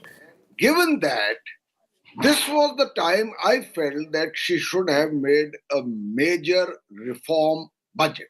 Instead of that, in my view, what you got was overwhelming minutiae. Now you can decluster them and see what is going to help where. But there was no overarching statement for change. And I'll tell you in which sectors. Very clearly. Investment. The government keeps telling the economic tigers of India, why do you not invest more? Now, what have you done specifically in terms of ease of doing business, in terms of radical reform? Because you can tinker with the system, or you can give a blueprint by which investors feel confident of putting their cash-rich stocks back into the economy. There is also the other factor. Rajdeep, I'll take another 1 minute only. The fact is that today, those who invest face the fear that failure will be conflated with fraud. And even success may be penalized if you don't sufficiently toe the government line. But that's a political issue. They need more investor confidence.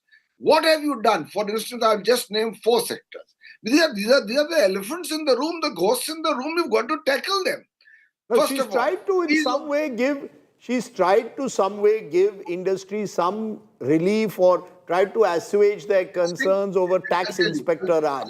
She has spoken about that. The question at the end of the day is, again, what does it actually translate into a big picture? I think that's what it's coming down to. Has she been, I repeat, focused Raman or tinker Raman? There are those who are saying she's tinkered around too much. There are others who will say that she's at least given 8 or 10 industries a clear focus as to the path ahead.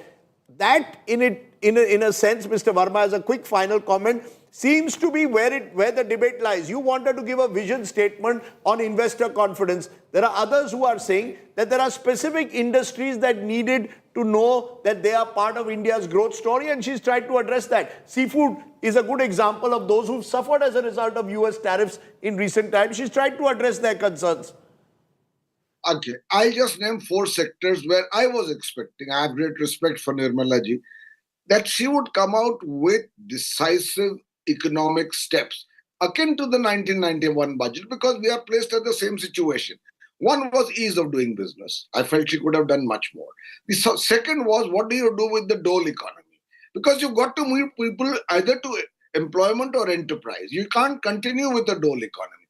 Third is agriculture. It's plateaued. We need a second green revolution. Fourthly is unemployment. There had to be a massive push on skill development in an age of AI and automation where unemployment opportunities are drying up. And lastly, poverty. Poverty, you've got to lift all the boats of the economy. On per capita income, we are somewhere around 140 in the world, in spite of being the 3rd largest economy. So where is that statement which kickstarts the economy in a manner which takes it to another level, rather than tinkering with the system and doing more of the same? Siddharth, is this sort of binary that is being drawn, that there are supporters who are saying, look, she's focused on specific sectors, focused Raman, versus those that she's tinkered around too much, very much much like a Pranab Mukherjee kind of budget, is what one of our panelists suggested. Could this have been a dream budget? I would say the dream lies in the details. And if you look at the details, The argument can well be that instead of rhetoric, there are specific steps. Now, obviously, we might disagree with the nature of these steps or the fact that they are very minute in detail and it is not possible to comprehend. For example, just one quick instance, the defense modernization part of the budget has increased 22%.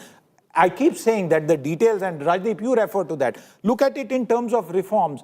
Between the Prime Minister's announcement that had happened with regard to reforms, and this is what we have also been calling our coverage reforms express, from Independence Day to now, 350 specific reforms have been announced so far.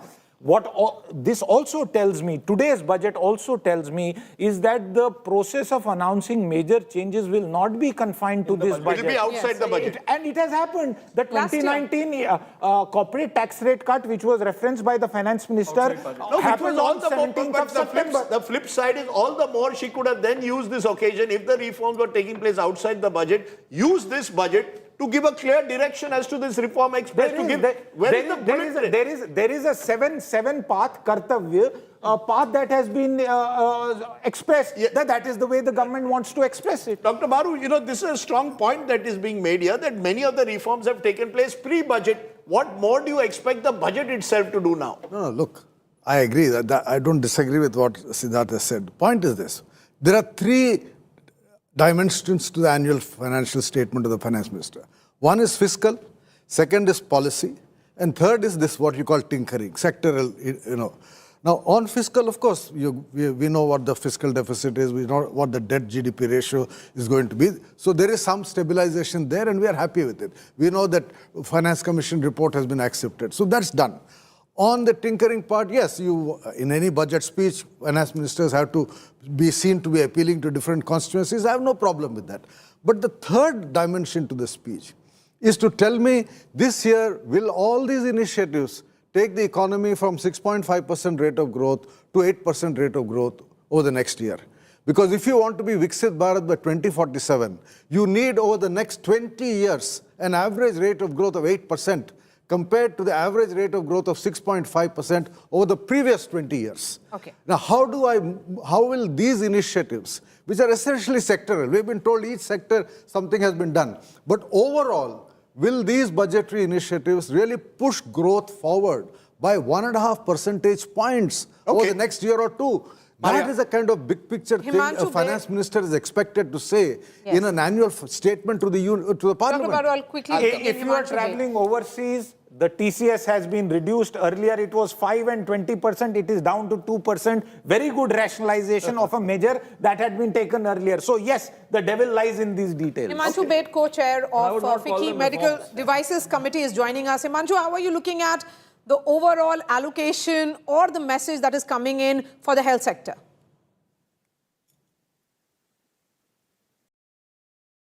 Himanshu, if you heard me. Okay. Okay, we'll try and go to Himanshu in a moment. Amitabh Dubey, who's with the economic cell of the Congress party, is also joining us. Amitabh Dubey, the first reaction, predictably, of the opposition is to say that the budget is non-transparent. To be fair to Nirmala Sitharaman, that in fact, one of the criticisms that she's resorted to minutiae. So when you say non-transparent, what is the opposition trying to really say? When she's gone into great detail. Look, Rajiv, I want to make the general point is that about the credibility of this budget, the numbers underlying the budget. We are told that in the economic survey that growth is 7.4%, which implies that the inflation rate is 0.6%. Now, in whose lived experience is the inflation rate 0.6%? And this is precisely why the IMF gave the national accounts a C grade, because the wrong kind of deflator is being used. So rather than the growth rate being so high, if we come up with a realistic assumption of the inflation rate, then growth is much lower. And that obviously throws a lot of these projections into question. And the budget, I want to remind you, is about growth, it's about investment, it's about deficits. These are the important parts of the budget rather than the announcement of this or that scheme. And this is why I also want to remind everyone that on the 27th of February, we're going to have a new set of national accounts. So all of these numbers are going to be rendered quite meaningless. So this is one point, is that the entire premise of growth investment of this budget are very questionable. The second point I'd like to make is that we've had a series of announcements. Now, this government is a champion at making announcements, and then no one actually follows up to see what the execution is. So let me remind you that we've had huge announcements on this and that sector over the past 10, 12 years, Make in India, Atmanirbhar Bharat. And the net result is that corporate investment for the last decade has remained at 12%. It hasn't budged an inch. The proportion of the economy in manufacturing is under 13% compared with 16% of the UPA. So you can have all these announcements, but what is missing is execution, and the outcomes are all entirely on the negative side. Well, some of those, the execution is also with the states. I think one of the challenges of foreign finance ministers to set you're part of a team and you've got various captains in different states. But Punita, you wanted to make a quick point. Yes. No, you were saying that is it a focus budget or a tinker budget? That's the binary I'm offering. And I'm now putting on my fund manager, investment manager hat. We can run concentrated portfolios or diversified portfolios, and both can lead to good outcomes. This is a diversified budget with some focused areas. So it's like, 70% of your portfolio is going to be on certain areas and 30% goes to the rest. But for an investor, does it mean that there are really standing out areas that you would then change your portfolio and invest in certain sectors? A little bit, but not huge. Okay, since their initial reaction was, where is the word defense mentioned? Now, the details are here, and Siddharth, you can climb in on this. There's a big defense spend boost in budget 2026, says the government. Mammoth hike is what they claim in the defense budget. 7.8 lakh crores for 2026, and defense forces to get 1 lakh crores this year. Defense Ministry has allotted a budget of 7.8 lakh crores for 2026-27. Defense forces to get 2.19 lakh crores for modernization. Now, so Rajdeep, that number, because a large part of the defense budget goes on the revenue account, which is salaries and pensions, and that breakup is available. That is why the focus has to be on modernization. And by my reckoning at this stage, and subject to any correction, this is almost a quarter hike, nearly 22% hike in modernization. So clearly, as the fine print comes out, there is a substantial allocation. Let's look at expenditure of major items as per the budget. Transport is number one, 5.98 lakh crores. Defense number 2 at 5.94 lakh crores. Rural development 2.73. Home affairs 2.55. Agriculture 1.62. Education 1.39. Energy 1.09. Health 1.04 lakh crores. Urban development 85,000 crores. IT and telecom 74,000. Commerce and industry 70,000. Social welfare 62,000. One of the criticisms. Quick point. Dr. Baru knows it. He's sort of dwelt on this for a large part of his life. Most of our expenditure is already baked in. No government, even if they had all seats in parliament, can suddenly switch gear and say, I will completely stop doing things. You could call it a gravy train, but the Sarkar, the state in India, has massive gravy trains. Transport, defense, others, these are all essential for the realm. But the fact is that the flexibility available to a finance minister to suddenly move around stuff by even 5 percentage points is close to impossible. But I hear those who said that a couple of years from now it'll get even more, it'll become even more difficult when the next pay commission's numbers kick in. So therefore, this was an opportunity in a way.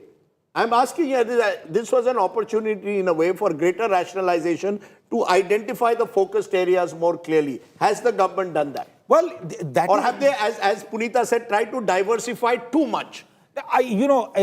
There is a lot that a budget of the size of India has to address. There are allocations, and then there are choices that you are making in terms of a policy choice. Should I push A or should I push B? If I have put 40,000 crore in electronic component manufacturing, what will the result be? The result is that we are seeing more and more phones. Now you may say, is it 100% manufactured or 70% assembled in India? Stuff is happening. These are policy choices they have made. We can argue, but at least the voter consistently rewards these policy choices. Let's step away from the, when we discuss economic policy, I'd much rather that we don't sort of align it to who's winning the election and all. That's a whole separate ball game. No, are you saying, Shankar, that these things don't have an impact on voter choices? As we saw in Bihar, in the end, it was a 10,000 rupee scheme that you had to give to more than 1.5 crore women, which made the difference. I mean, I think there should be a direction, for example, whether in the budget or any, what is our stand on the dole economy? If you want to call it a dole, but go ahead. Let me flip that. If we are growing at 8.2%, why are we feeding 81 crore people? We are not growing at 8.2%. No, 8.2. First half was 8.2 or whatever. No, total 7.4%. Whatever. We are fastest growing. We have the largest rural employment scheme, largest health scheme, largest food security program, largest Narega. So there is... And the largest population. No. Scale is... Both cannot be at the same time. Na? We take it as an advantage. Scale. So we are saying that this is why this is happening, and so why I always put a stop to this vote thing is that none of the past few elections would have resulted in the results that came out if the doles had been removed. Okay, all this Ladli Bahan, Ladki Bahan, whatever, with just on cash transfer to women is 3 lakh crores. So I would, to use Punita's analogy, I would say this is a capital protection budget. Is because the fiscal deficit and all that is covered. What is they have done? They had 4 lakh crores is the total rise in expenditure, out of which 1 lakh crore has gone to infrastructure, 2 lakh crores has gone to defense, and they have worked it around. What is the story that they are trying to tell is that we have created enablers in the economy. Now that might get lost in the minutiae and all. But we should not give this, Rajdeep, I mean, you said that much of the reforms is the states. They are not half tickets on the system, no? They are full tickets. And 15 of the states, the BJP is ruling. So when we look at these defense numbers in particular, because we are flashing those details on our television screens, the total Ministry of Defense allocation has gone up. This is 9.53% increase over 2024-25 and about 13.45% of the total union budget, which is the highest among all the ministries. But this is not just about modernization. Of course, as you said, it's pensions as well, but domestic procurement push is also there. No, this is good idea because we have done a lot of the import substitution. That's right. But what we are all trying to wrestle with is when we started this morning, we said, okay, how do we address the cloud of uncertainty that the geopolitics has done? How do we address the rupee-dollar situation? And how do we address the investments? Now, you would have expected that the budget speech at some point would have a paragraph, 2 paragraphs, 1 line, 1 slogan to say this is what we are doing and then align the pieces. This is a budget that has landed between hope and hype. See, two numbers. That's an interesting one. 2 numbers between hope and hype. Yes. First number, the total increase in expenditure, total expenditure of the government of India is 7%. Yes. This year or last year, nominal. 7%. Yeah. Okay. So let's not get carried away by this. Second, as far as capital expenditure is concerned, it remains at 3.1% of GDP, revised estimates last year and budget estimates this year. There's no change.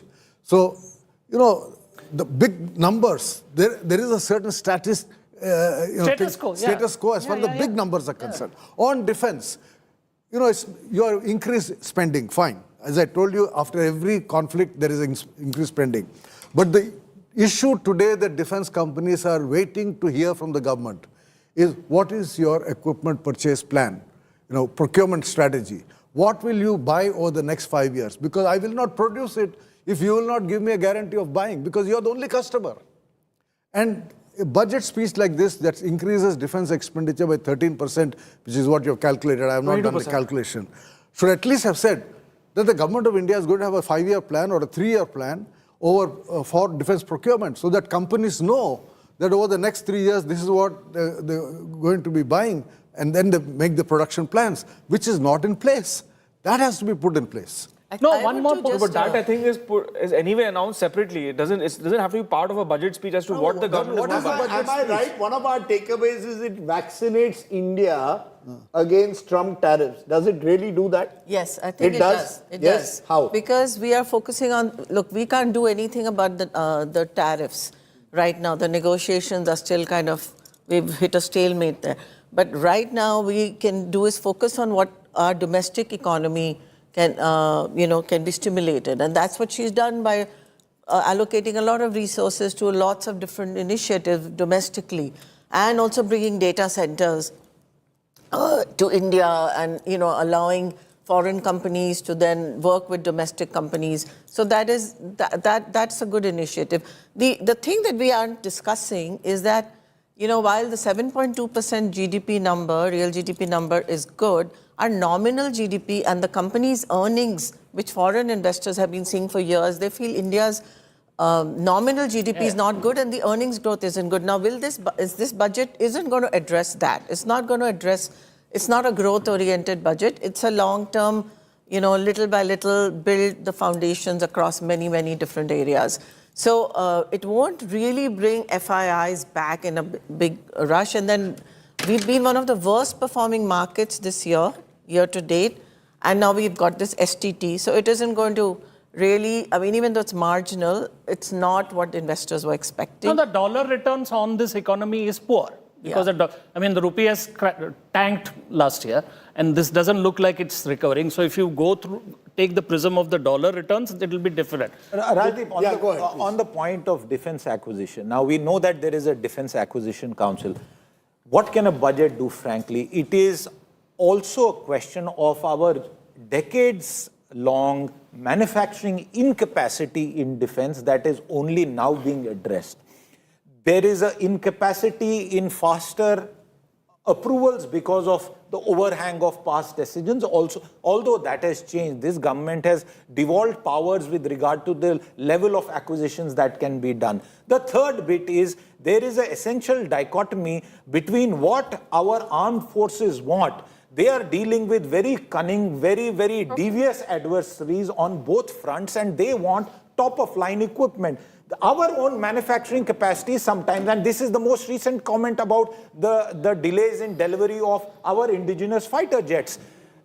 I frankly don't see that turning around in 1 year. I always recall what the late Manohar Parrikar tried to do by bringing in a platform-based strategy and 6 or 7 large manufacturing champions who would not do individual arms. And we reported on that story. They would do platforms. That never went through, Rajdeep.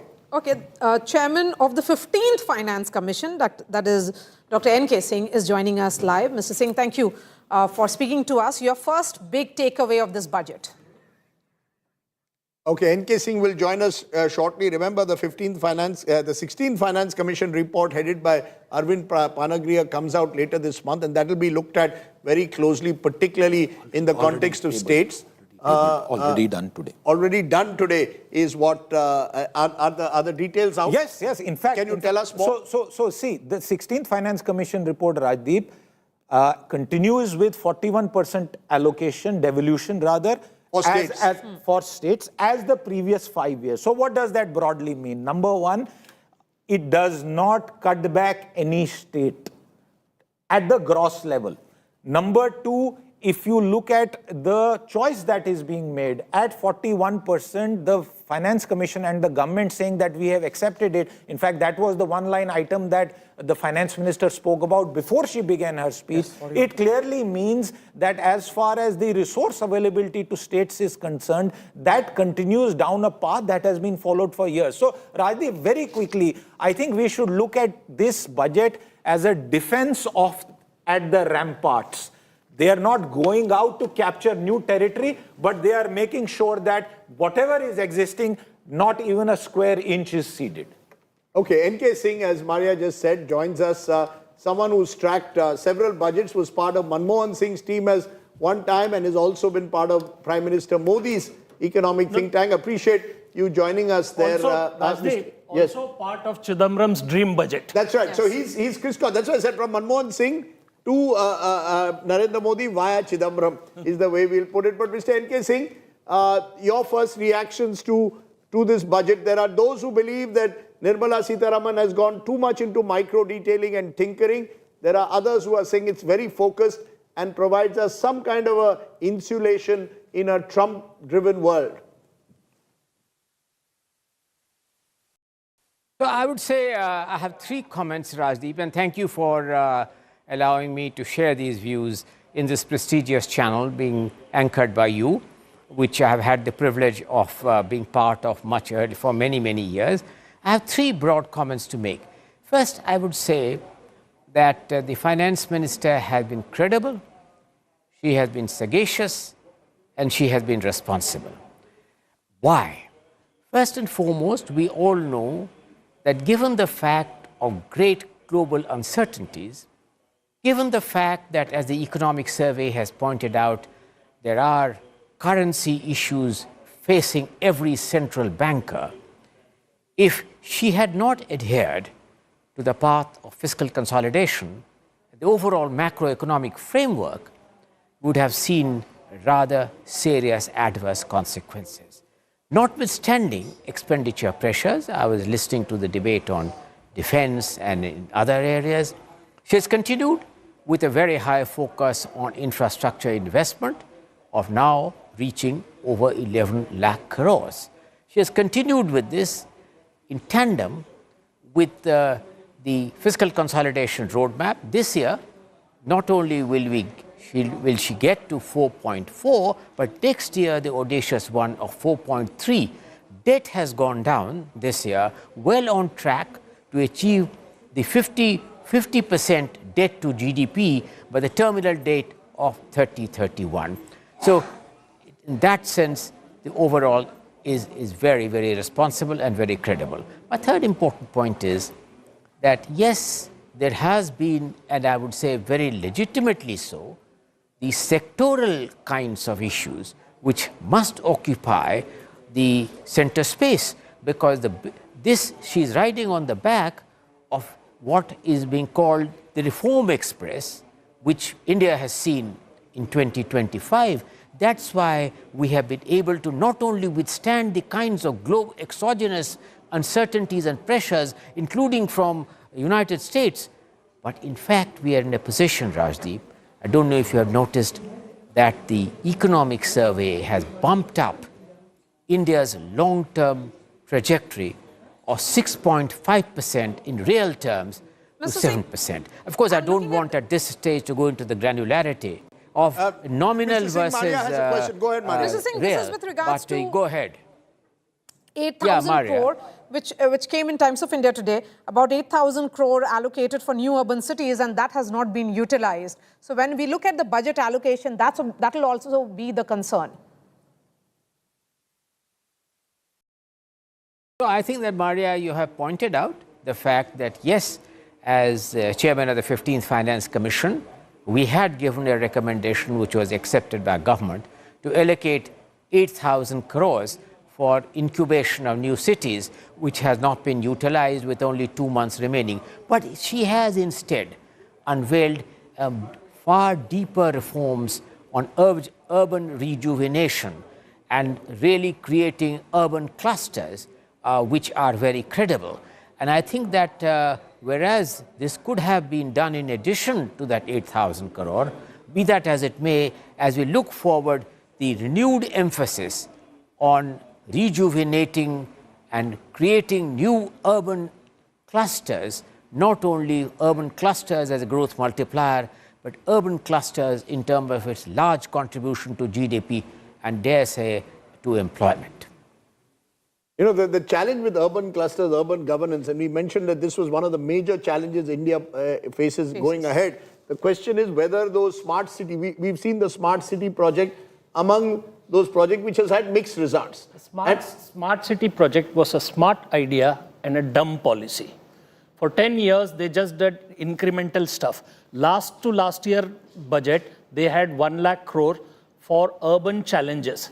We don't know what's the fate of that idea because it's not been devolved. There is also 1 lakh crore for research and development, which finally they are now got it into a portal and the disbursal might happen. The question about urban governance is that you can't do it top down. It has to be done from the state. There has to be devolution. The 74th Amendment has been buried deep into the ground. Federalism should not end in state capitals.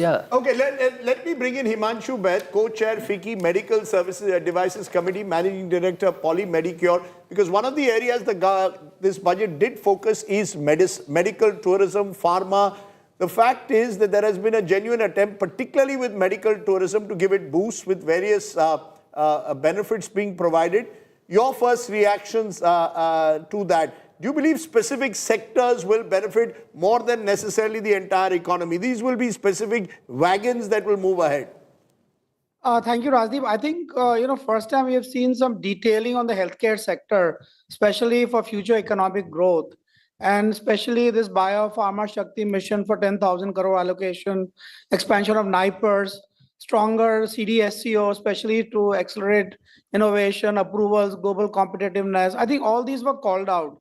And relief on cancer drugs, then medical value tourism hubs. First time government has given focus on MVT, which is a very big sign because I think India has a great capacity to handle foreign patients. And the way our healthcare is today growing rapidly, I think we are pretty much up there in terms of delivery. So I think for assistive devices, all that is pretty much called out, which was pretty much not there in any previous budgets. So I think very specifically called out positioning healthcare as a social and economic multiplier. Okay. In terms of reform, since you're talking about that particular sector, why do you say that there has been no efforts in the past for this sector? I think it was, when we looked at CDSU, and I'll talk from medical devices perspective, pharma and medical devices were governed by just one single organization. I think a stronger CDSU means there's a deeper approach for approvals, innovation, global competitiveness, which was never there earlier. So I think there's a special focus on these areas. Himanshu, I'm looking at NIMHANS, setting up of a NIMHANS 2 and upgrading National Mental Health Institute, establishing emergency and trauma care centers in district hospitals. That's how it is looking like in terms of larger benefits for this, healthcare sector. That doesn't seem to be there in the pointers that I've just read. See, basically, if you see the last budget, there was a focus on oncology, onco care centers, 200 centers were announced and 700 more to be, over next 2-3 years. So I think it's a beginning of, where we see special focus in these areas. It will take few years for these things to come out and develop, but I think the focus is, pretty much there for advancement of technologies. Okay, so there is a reaction now coming in from the Trinamool Congress. Abhishek Banerjee is speaking. Let's listen in. दिखाए कि पिछले 4 साल में ग्रामीण सड़क में जहाँ पे 60% पैसा केंद्र सरकार का देना बनता है वहाँ पे 10 पैसा दिया है. मैं राजनीति छोड़ दूंगा. स्टेट मदरली ट्रीटमेंट और एटीट्यूड. बंगाल में आप हार रहे हो, इसलिए बंगाल के लोगों को सबक सिखाना है. लोकतंत्र में सबक जनता सिखाता है, राजनेता या राजनीतिक कोई पर्सनालिटी नहीं सिखाता है. जनता के बल और जनबल के आगे किसी का नहीं टिकता है. कोई अगर सोचता है मेरे पास ताकत है, मैं जनता को सबक सिखाऊंगा, जनता फिर से सबक सिखाएगा और आने वाले चुनाव में जवाब करारा मिलेगा. आने वाले चुनाव में जवाब करारा मिलेगा और कहीं ना कहीं जिस तरीके से स्टेप मदरली ट्रीटमेंट केंद्र सरकार वेस्ट बंगाल के साथ कर रही है, उसका जवाब आने वाले चुनाव में जरूर मिलेगा. So politics as expected has started. Rajiv Mantri, expected lines, the reactions that are coming in. We expected opposition to talk about how there's nothing those much. Those states which have not really been highlighted will always speak out that they didn't get this and they didn't get that. This always happens, so nothing surprising. Well, they can always grow coconut. No, but that's also a very old world. This is like the old railways budgets that used to be there. Unless a train ran from a particular MP's constituency, it wasn't seen as a budget that was fulfilling the needs of a particular state. But which is very parochial and small. That's right. This is a union budget at the end of the day. And I think, as we are saying, there are certain focus areas that should be highlighted. Cancer drugs, medical tourism, education, logistics. The tax break on data centers tells us how much importance the government is placing on data localization. Sure. So, I mean, I think the government, as I said, you can look at this budget two ways, and this is the way it's going to be looked at. Those who believe that the government has given that much needed focus to key areas. There will be others who will say that maybe the government should have provided, as Dr. Baru keeps insisting, a clear intent of the direction in which they are taking the economy in terms of encouraging people to invest across the board. and tell us, therefore, where the growth trajectory goes. So those are two clear views that are emerging. I don't know whether N.K. Singh is still with us, because, Mr. Singh, much of this also, the heavy lifting will have to be now done by the states. The Finance Commission details have come out, and we've seen about 19 states have revenue deficits at the moment, some of them whopping, given the scale of the dole economy. Should that be a concern? We don't focus on state budgets enough, but states is where governments are simply don't even have money at times to pay salaries on time.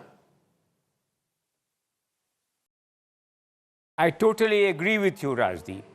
In fact, you have perhaps taken the words from my mouth, that while we are excessively preoccupied with the fiscal and the debt trajectory of the central government, and we focus on it, we have scarcely any focus or a means to focus on state finances. Day before yesterday, you are absolutely right, Rajdeep. The report of the Reserve Bank on state finances came out, and that presents a grim picture where fiscal deficits have slipped, raises broader issues in what kind of a freebie economy and so on the states can do. But what can the central government do? Rajdeep, I want to ask you, this is a question I have posed myself several times, that under the 7th schedule of the Constitution, and since we will not in a position to alter the 7th schedule of the Constitution, as long as the state borrowing is upon the security of the consolidated fund of the state, and since the Indian Constitution doesn't provide any recourse for state-level bankruptcy, while keeping the finances of what the world looks at, you are right, is general government. It doesn't look at, an investor doesn't look at central or state government. In fact, Rajdeep, the ironic circumstance is today... Mr. Singh, just hold on to your thoughts. Trinamool Congress Supremo and West Bengal Chief Minister is speaking. Anti-ST, anti-OBC. Education funds, education subsidy declined, social security subsidy declined, fertilizer subsidy declines. It is totally garbage of lies and incompetence, Himalayan incompetence. Totally economy is derailed. Now, you will see within this time, the market falls sharply. Sensex down above over 1,100 points. Nifty 50 has been below 25,000. So you can realize there is a proverb in Bengali, chorer mayer boro gola, ইংরেজিতে বলে চোর কি মায়ের জোরসে বলে, mother of thieves are sound, mother of thieves are soundless.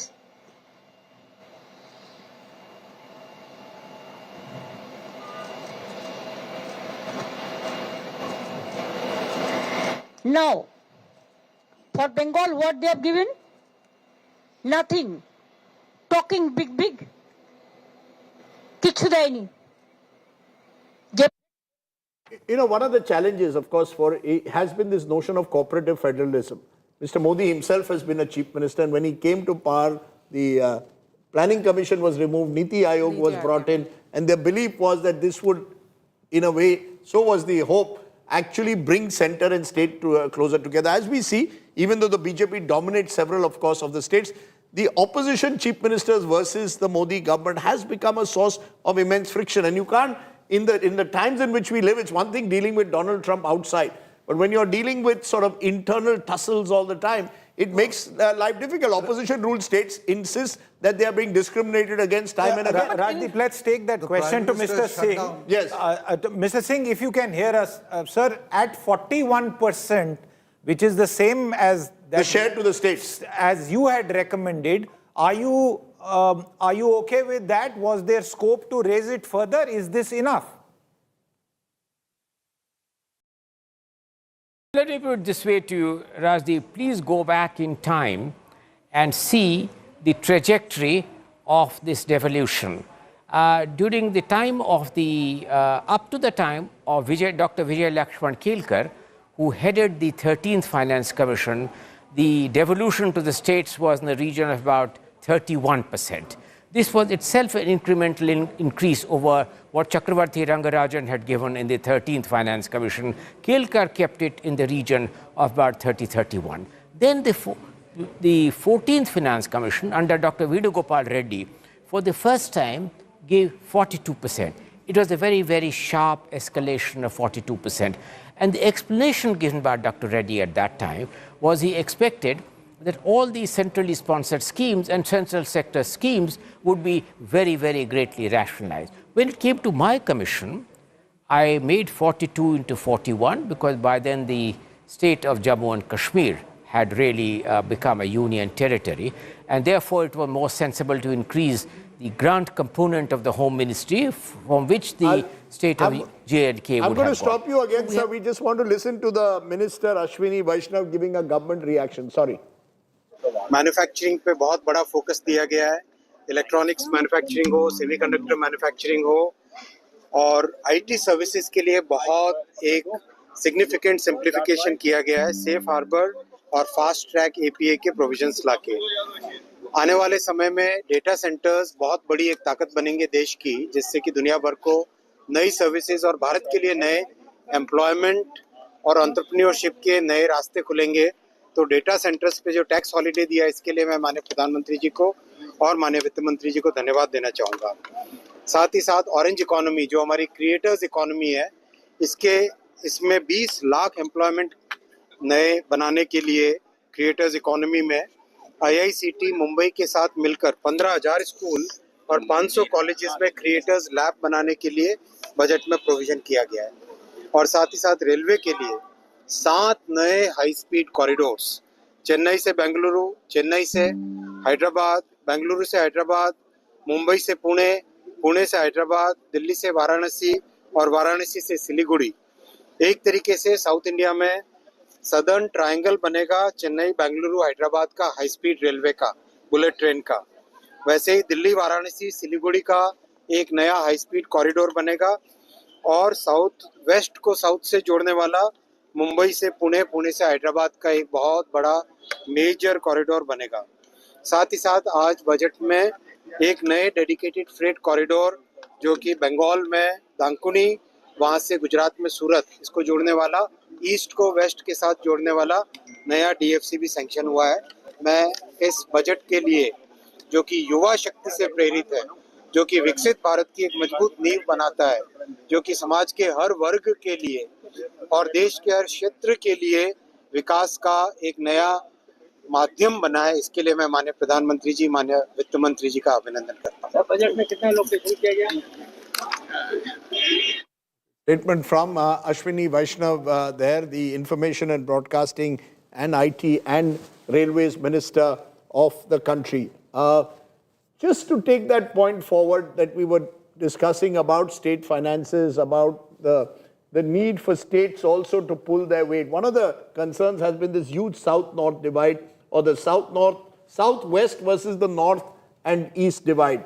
And that is something that perhaps every government should be conscious of, because it can become a potential friction point in the future. There's not much that you can do in a budget beyond the point. But is there a need, therefore, perhaps for the Prime Minister to take the lead, get all these chief ministers together and find a way forward?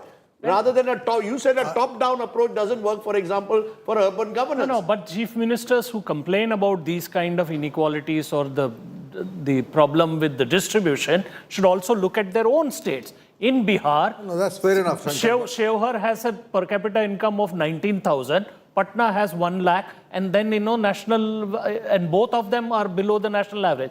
The question really is about all these states. What have they done to promote their investment? It's not enough to have these summits and all.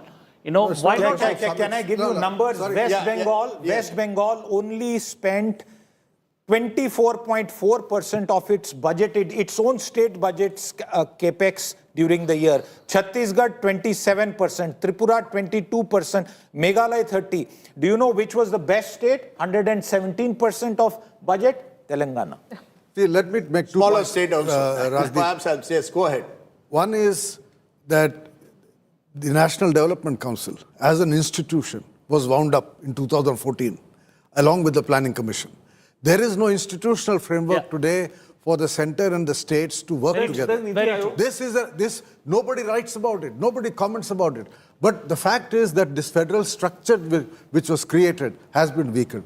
But secondly, and the more important thing, I think chapter 16 of the Economic Survey, which is a terrific chapter, all compliments to Anant Nageshwaran. The second part of chapter 16 is all about state capacity. By state, it's not state governments, but the center and the state. Today in India, the ability of governments to spend has gone down. You mentioned unspent budget just now. 8,000 crore. He's talking about some states not spending. State capacity to spend has gone down. Yes. And this is a serious challenge which the government itself is recognizing. In fact, the Economic Survey talks about a major reform of government as the real challenge facing the country. It's not just getting government out of business, but getting the government to function. Why do you think it's not happening, Dr. Bharat? I think there's a weakening of the talent pool within government, the weakening of political leadership within governments, and short-termism has taken over. No, short-termism also, that what they announced. For instance, Jaitley's 2017 budget spoke about creation of a cadre for panchayats and for municipalities. That's right. They never did anything about it. Okay, let's go to Deepak So the urban Shetty, government Chairman, structure. CII Council on Manufacturing Excellence, CEO and Managing Director, JCB India Limited. Thanks very much for joining us. Also joining us with Mr. Shetty is Nirmala Sitharaman, Managing Director of Sanmar Engineering. Gentlemen, to both of you, your first reactions. First you, Mr. Shetty, will there be, I keep asking everyone from CII, will we see the animal spirits of the economy revive? Private investment is at a lower level than it was in 2019.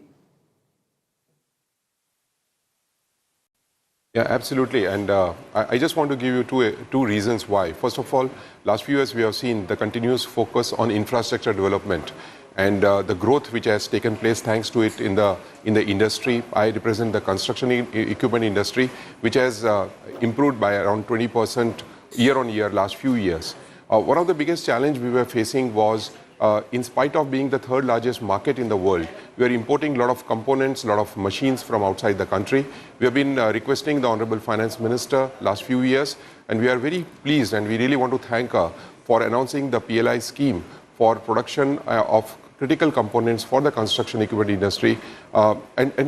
Initiatives like this are really going to bring the animal spirits, as you say, in the private sector investment. I'll just give an example. Thanks to this scheme, supported by the EU FTA, there'll be more and more European companies which will be encouraged to invest in India. And this will not only help in increasing the exports from India, but also bring down the cost of construction equipment. I also want to mention that the whole emphasis which has been given on the MSME sector, particularly from the manufacturing side, we have seen globally the whole development in the manufacturing sector has taken place not only by the investment by the big companies, but also by the smaller companies. Case in point is the whole Mittelstand that we have seen in Germany. I feel that with the recent announcements or the announcements which have been made and across the sector is going to help create a huge ecosystem from the MSME side, from the sustainable manufacturing side, and India now can really be the X-country plus one option to the global industry. So very, very heartening from that particular point of view. Yes, Mr. Shetty, but manufacturing sector has been a matter of concern for years now. Do you think the series of announcements which have come in, including deferred duty payment window to trusted manufacturers and also the customs, duty, exemption from basic custom duty on specified parts of certain, aircraft manufacturing, will this actually ensure investment in that sector and boost manufacturing overall? No, I'm absolutely confident this will. And as somebody, we JCB exports from India to almost 135 countries around the world. The challenges we were facing, even in a small case, like for example, availability of containers, something very basic, we have been seeing challenge. We have been seeing challenge how whenever we move a container, say from Faridabad or from our Jaipur facility to the JNPT port in Mumbai, and the dedicated freight corridors, all of them are going to support this focus on easy to do business with from the export point of view, from the manufacturing point of view. There are a lot I of just want to get in, SEZs Narayan. which are Sorry which to are interrupt, there sir. across the country. I'm just getting in, Narayan Sethuraman. I want quick comments, sir. Your reactions to the budget. You're from Sanmar Engineering. Do you see that at least the budget has laid a vision for the future? It may not be a budget of today, but it's looking at a 10, 20-year horizon. That's its strength. Some would say that's its weakness as well. Absolutely right. The budget is focused on the medium and long term. It's very pragmatic, growth-oriented and reform-oriented. From a Sanmar perspective, where in chemicals and general engineering, chemicals has been announced as one of the strategic sectors with special. What is the reform, sir? Sorry to interrupt. When you say it's reform-oriented, let's be specific. What's that specific reform you've seen in this budget that encourages you? A lot of, the process-oriented reforms. We were really not looking for big-ticket reforms, but reforms towards, ease of doing business. Whether it's, for example, electronic sealing, like Mr. Shetty mentioned, focus on advanced rulings to be binding on customs in 3 to 5 years. The focus, there's an emphasis on predictability for doing business and certainty. So a lot of these initiatives are there, it's interspersed in various announcements through the course of the budget speech, but it's all there. Okay, so... Go ahead, Maria. Much of the process reforms that is being spoken about is probably part of the GABA report, the GABA committee report. What actually we are looking forward to is details from the Somnathan-led Center State Committee report on what can be done. So we constantly come to this, at any discussion ends at what are the states doing. And there is a political aspect to this that BJP rules in 15 of those states, and even there things are not the best in terms of, like just now Siddharth read out who's using money better. I mean, turns out Telangana, which is Congress ruled state. So there is this aspect that has to be brought in. If the central government has an urbanization grand challenge fund of 1 lakh crore, there seems to be no impulse in any of the states to say where is the money, how can we do it, whatever is doing. None of the cities, I haven't heard any city, and so there is like a distance between, and we spoke about the end of the National Development Council. Those kind of meetings don't happen. The Niti Aayog, ifs and but, there is a sporadic effort to sort of come together. But GST Council, when you look at it, that's where centre and states sit together. No, but that's only pure revenue. What we are talking about is what do you do with agriculture? What do you do? In sector-wise. So, I know there are so many new farmer producer corporations that have been created. So many cooperatives have been created. What is the correlation between the policy and the infra that is, the economic infra that is being created? But in this budget, she's announced a lot of measures to do development in the states, in the tier 2 and tier 3 cities. Are you saying that those also won't happen because the government structure isn't there? My worry is that the capacity of the states to execute a grand idea from the center is very limited. And India's government, and Dr. Baru and we have discussed this before, in India, the governments too many people are doing things that are not needed, and too few people are doing things that are needed. This is the general... but if all these measures that she's announced for tier 2 and 3 in cities... Prime Minister Modi will be giving his remarks on the budget in some time. So that soundbite will be coming in as well, because thereafter he heads for... Ravidas Jayanti. Okay, we have some breaking news from Siddharth before we take a break. I just want to quickly point out, and maybe Dr. Baru and Shankar both will come in.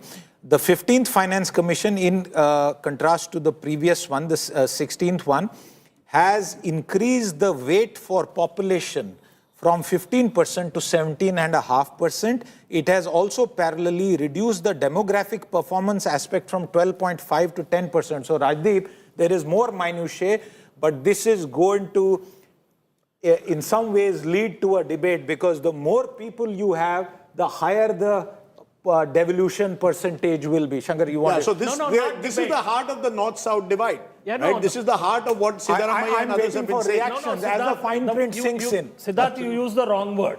Not debate. This will lead to adjournments. Okay. You said, repeat that on demography, 12.5. So, you know, in terms of the key criteria, population criteria has gone up to 17.5% versus 15. Demographics has gone down from 12.5 to 10. Area has gone down from 15 to 10%. So that is the adjustment. Forest ecology stays at 10%. Per capita income, distance and GSDP distance, a technical attribute, 45 down to 42.5. GDP contribution has been added as a new one at 10%. So effectively what this means is... balance out. No, Yes. balance. They're trying to balance it out. We'll wait and see to get reactions from chief ministers, but we need to take a break. No, the last one actually is been created to help the southern states. That's right. Yes. Because that's the Because they are bigger. Whether that will And the be West. enough to satisfy them, we'll wait and see. We need to take a break. We've been on live continuously since 9 in the morning. And it's been a long day. And there is still much more to nibble on. But significant simplification किया गया है safe harbour और fast track APA के provisions लाके। आने वाले समय में डेटा सेंटर्स बहुत बड़ी एक ताकत बनेंगे देश की, जिससे कि दुनिया भर को नई सर्विसेज और भारत के लिए नए एम्प्लॉयमेंट और एंटरप्रेन्योरशिप के नए रास्ते खुलेंगे।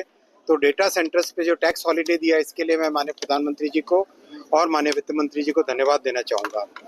साथ ही साथ ऑरेंज इकोनॉमी जो हमारी क्रिएटर्स इकोनॉमी है, इसमें 20 लाख एम्प्लॉयमेंट नए बनाने के लिए क्रिएटर्स इकोनॉमी में आईआईसीटी मुंबई के साथ मिलकर 15,000 स्कूल और 500 कॉलेजेस में क्रिएटर्स लैब बनाने के लिए बजट में प्रोविजन किया गया है। और साथ ही साथ रेलवे के लिए 7 नए हाई स्पीड कॉरिडोर्स, चेन्नई से बेंगलुरु, चेन्नई से हैदराबाद, बेंगलुरु से हैदराबाद, मुंबई से पुणे, पुणे से हैदराबाद, दिल्ली से वाराणसी और वाराणसी से सिलीगुड़ी। एक तरीके से साउथ इंडिया में सदर्न ट्रायंगल बनेगा, चेन्नई, बेंगलुरु, हैदराबाद का हाई स्पीड रेलवे का, बुलेट ट्रेन का। वैसे ही दिल्ली, वाराणसी, सिलीगुड़ी का एक नया हाई स्पीड कॉरिडोर बनेगा और साउथ वेस्ट को साउथ से जोड़ने वाला मुंबई से पुणे, पुणे से हैदराबाद का एक बहुत बड़ा मेजर कॉरिडोर बनेगा। साथ ही साथ आज बजट में एक नए डेडिकेटेड फ्रेट कॉरिडोर जो कि बंगाल में दांकुनी, वहाँ से गुजरात में सूरत, इसको जोड़ने वाला, ईस्ट को वेस्ट के साथ जोड़ने वाला नया डीएफसी भी सैंक्शन हुआ है। मैं इस बजट के लिए जो कि युवा शक्ति से प्रेरित है, जो कि विकसित भारत की एक मजबूत नींव बनाता है, जो कि समाज के हर वर्ग के लिए और देश के हर क्षेत्र के लिए विकास का एक नया माध्यम बना है, इसके लिए मैं माननीय प्रधानमंत्री जी, माननीय वित्त मंत्री जी का अभिनंदन करता हूँ। बजट में कितना लोकेशन किया गया? statement from Ashwini Vaishnav there, the Information and Broadcasting and IT and Railways Minister of the country. Just to take that point forward that we were discussing about state finances, about the need for states also to pull their weight. One of the concerns has been this huge South-North divide, or the South-North, South-West versus the North and East divide. And that is something that perhaps every government should be conscious of, because it can become a potential friction point in the future. There's not much that you can do in a budget beyond the point. But is there a need, therefore, perhaps for the Prime Minister to take the lead, get all these chief ministers together and find a way forward? Rather than you said a top-down approach doesn't work, for example, for urban governance. No, but chief ministers who complain about these kind of inequalities or the problem with the distribution should also look at their own states. In Bihar, No, that's fair enough. Shevhar has a per capita income of 19,000. Patna has. आज का budget ऐतिहासिक है। इसमें देश की नारी शक्ति का सशक्त प्रतिबिंब झलकता है। महिला वित्त मंत्री के रूप में निर्मला जी ने लगातार 9वीं बार देश का बजट प्रस्तुत करके नया रिकॉर्ड बनाया है। ये बजट अपार अवसरों का राजमार्ग है। ये बजट वर्तमान के सपनों को साकार करता है। और भारत के उज्जवल भविष्य की नींव को सशक्त करता है। ये बजट 2047 के विकसित भारत की हमारी ऊंची उड़ान का मजबूत आधार है। साथियों, आज भारत जिस रिफॉर्म एक्सप्रेस पर सवार है, इस बजट से उसे नई ऊर्जा, नई गति मिलेगी। जो पाथ ब्रेकिंग रिफॉर्म्स किए गए हैं, वो एस्पिरेशन से भरे हुए भारत के साहसिक, टैलेंटेड युवाओं को उड़ने के लिए खुला आसमान देते हैं। ये बजट ट्रस्ट बेस्ड गवर्नेंस और ह्यूमन सेंट्रिक अर्थरचना के विजन को साकार करता है। एक ऐसा यूनिक बजट है जिसमें फिस्कल डेफिसिट कम करने, इन्फ्लेशन कंट्रोल करने पर फोकस है और इसके साथ ही बजट में हाई कैपेक्स और हाई ग्रोथ का भी समन्वय है। साथियों, ये बजट भारत की वैश्विक भूमिका को नए सिरे से सशक्त करता है। भारत के 140 करोड़ नागरिक फास्टेस्ट ग्रोइंग इकोनॉमी बनकर ही संतुष्ट नहीं है। हम जल्द से जल्द दुनिया की तीसरी सबसे बड़ी अर्थव्यवस्था बनना चाहते हैं। ये करोड़ों देशवासियों का संकल्प है। दुनिया के एक ट्रस्टेड डेमोक्रेटिक पार्टनर और ट्रस्टेड क्वालिटी सप्लायर के रूप में भारत की भूमिका लगातार बढ़ रही है। हाल में जो बड़ी बड़ी ट्रेड डील्स भारत ने की है, मदर ऑफ ऑल डील्स, उसका मैक्सिमम बेनिफिट भारत के युवाओं को मिले, भारत के लघु और मध्यम उद्योग वालों को मिले। इस दिशा में बजट में बड़े बड़े कदम उठाए गए हैं। साथियों, इस बजट में मेक इन इंडिया और आत्मनिर्भर भारत अभियान को नई रफ्तार के लिए महत्वाकांक्षी रोड मैप प्रस्तुत किया गया है। इस बजट में नई उभरती इंडस्ट्रीज यानी सनराइज सेक्टर्स को जिस मजबूती के साथ समर्थन दिया गया है, वह अभूतपूर्व है। Biopharma Shakti mission, semiconductor mission 2.0, electronic component manufacturing scheme, rare earth corridor का निर्माण, क्रिटिकल मिनरल्स पर बल, टेक्सटाइल सेक्टर में नई स्कीम, हाईटेक टूल मैन्युफैक्चरिंग को बढ़ावा, चैंपियन एमएसएमईज तैयार करना, ये फ्यूचरिस्टिक है, देश की वर्तमान और भविष्य की आवश्यकताओं का ध्यान रखती है। एमएसएमईज को, हमारे लघु और कुटीर उद्योगों को जो समर्थन इस बजट में मिला है, वह उन्हें लोकल से ग्लोबल बनने की नई ताकत देगा। साथियों, बजट में इंफ्रास्ट्रक्चर को मजबूत करने के लिए कई बड़े कदम उठाए गए हैं।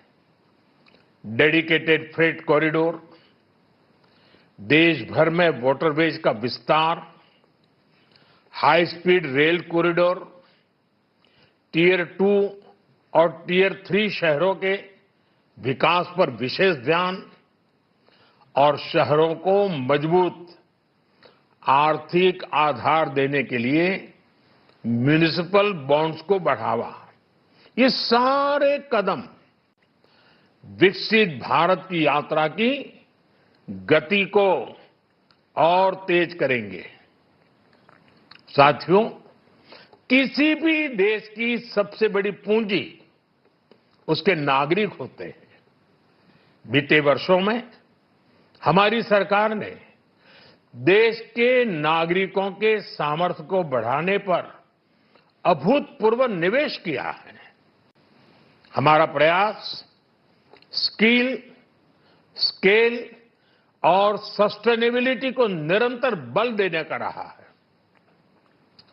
जैसा कि आज पार्लियामेंट में निर्मला जी ने कहा है, यह युवा शक्ति बजट है। उसमें युवा की सोच भी है, युवा के सपने भी हैं, युवा का संकल्प भी है और साथ साथ युवा की गति भी है। बजट में जो प्रावधान किए गए हैं, उससे अलग अलग सेक्टर्स में लीडर्स, इनोवेटर्स और क्रिएटर्स तैयार होंगे। मेडिकल हब्स के निर्माण से, एलाइड हेल्थ प्रोफेशनल्स के माध्यम से, ऑरेंज इकोनॉमी यानी ऑडियो विजुअल गेमिंग को बढ़ावा देकर, पर्यटन को प्रोत्साहन देकर और खेलो इंडिया मिशन के माध्यम से युवाओं के लिए नए अवसरों के द्वार खुलेंगे। भारत को दुनिया का डेटा सेंटर हब बनाने के लिए टैक्स में बड़ी छूट की घोषणा भी की गई है। मैं भारत के युवाओं को विशेष तौर पर इस बजट की बहुत बहुत बधाई देता हूं, क्योंकि इससे एम्प्लॉयमेंट जनरेशन को बड़ा बूस्ट मिलेगा। मुझे बहुत खुशी है कि इस बजट में टूरिज्म और विशेषकर नॉर्थ ईस्ट में टूरिज्म को बढ़ावा देने के लिए भी ठोस कदम उठाए गए हैं। भारत के अलग अलग राज्यों को ताकतवर बनाकर संतुलित विकास की नींव भी इस बजट में मजबूत की गई है। साथियों, हमारे देश में 10 करोड़ से ज्यादा महिलाएं सेल्फ हेल्प ग्रुप से जुड़ी हैं और बड़ा सफल अभियान रहा है। महिलाओं द्वारा निर्मित, महिलाओं द्वारा संचालित सेल्फ हेल्प ग्रुप्स का आधुनिक इकोसिस्टम बने, बजट में इसे प्राथमिकता दी गई है। कोशिश यही है कि हर घर लक्ष्मी जी पधारे। हर जिले में छात्राओं के लिए नए हॉस्टल बनाने का अभियान भी शिक्षा को सुलभ बनाएगा। साथियों, भारत की कृषि, डेयरी सेक्टर, फिशरीज, इन्हें हमारी सरकार ने हमेशा सर्वोच्च प्राथमिकता दी है। इस बजट में भी नारियल, काजू, कोको और चंदन की पैदावार से जुड़े किसानों के लिए अनेक अहम कदम उठाए गए हैं। भारत विस्तार एआई, इस टूल से किसानों को उनकी भाषा में जानकारी मिलने से उन्हें बहुत मदद मिलेगी। फिशरीज और पशुपालन में उद्यमिता, उसको बढ़ावा देने से गांव में ही रोजगार और स्वरोजगार के और ज्यादा अवसर बनेंगे। साथियों, ये बजट एम्बिशियस भी है और ये बजट देश की एस्पिरेशन को भी एड्रेस करता है। मैं एक बार फिर निर्मला जी और उनकी पूरी टीम को इस फ्यूचरिस्टिक बजट के लिए, संवेदनशील बजट के लिए, गांव, गरीब, किसान का कल्याण करने वाले बजट के लिए बहुत बहुत बधाई देता हूं। बहुत बहुत धन्यवाद। Okay, there you have Prime Minister Narendra Modi saying that this is a budget which will take India into the future.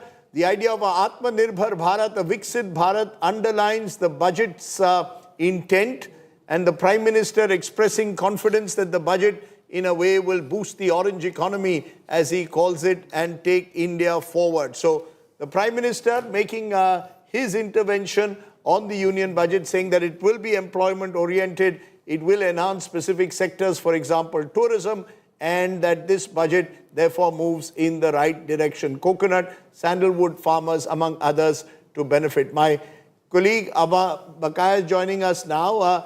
Abha, you track the markets very closely. I'm looking at the markets numbers now, 800 points down.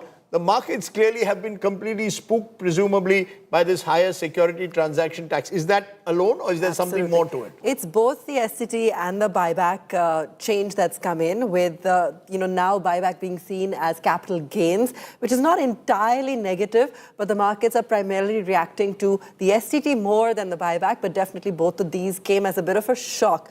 We've recovered, Rajdeep, almost 1,000 points as the markets digest this news, but still, as you can see on your screens, trending weak, so they're not too happy. And remember, today is a Sunday, so we'll actually see the true impact of the budget play out tomorrow when it comes to money markets, when it comes to an FI reaction. I think all of that will really get processed and seen in trade tomorrow as well. Was it just the STT, or was there something more? Was there something they were expecting that didn't happen, or is it the fact that you have a higher security transaction tax alone that has led to such a big fall in the markets? So I think it's primarily the STT, even though there will always be, further measures that they would have liked to see, further ways to enhance FI participation, even though a lot has been already done, or signaled in this particular budget. But I think primarily the STT this time around on the reef. I'm curious about the buyback thing, the conversion of buyback into a taxable proposition.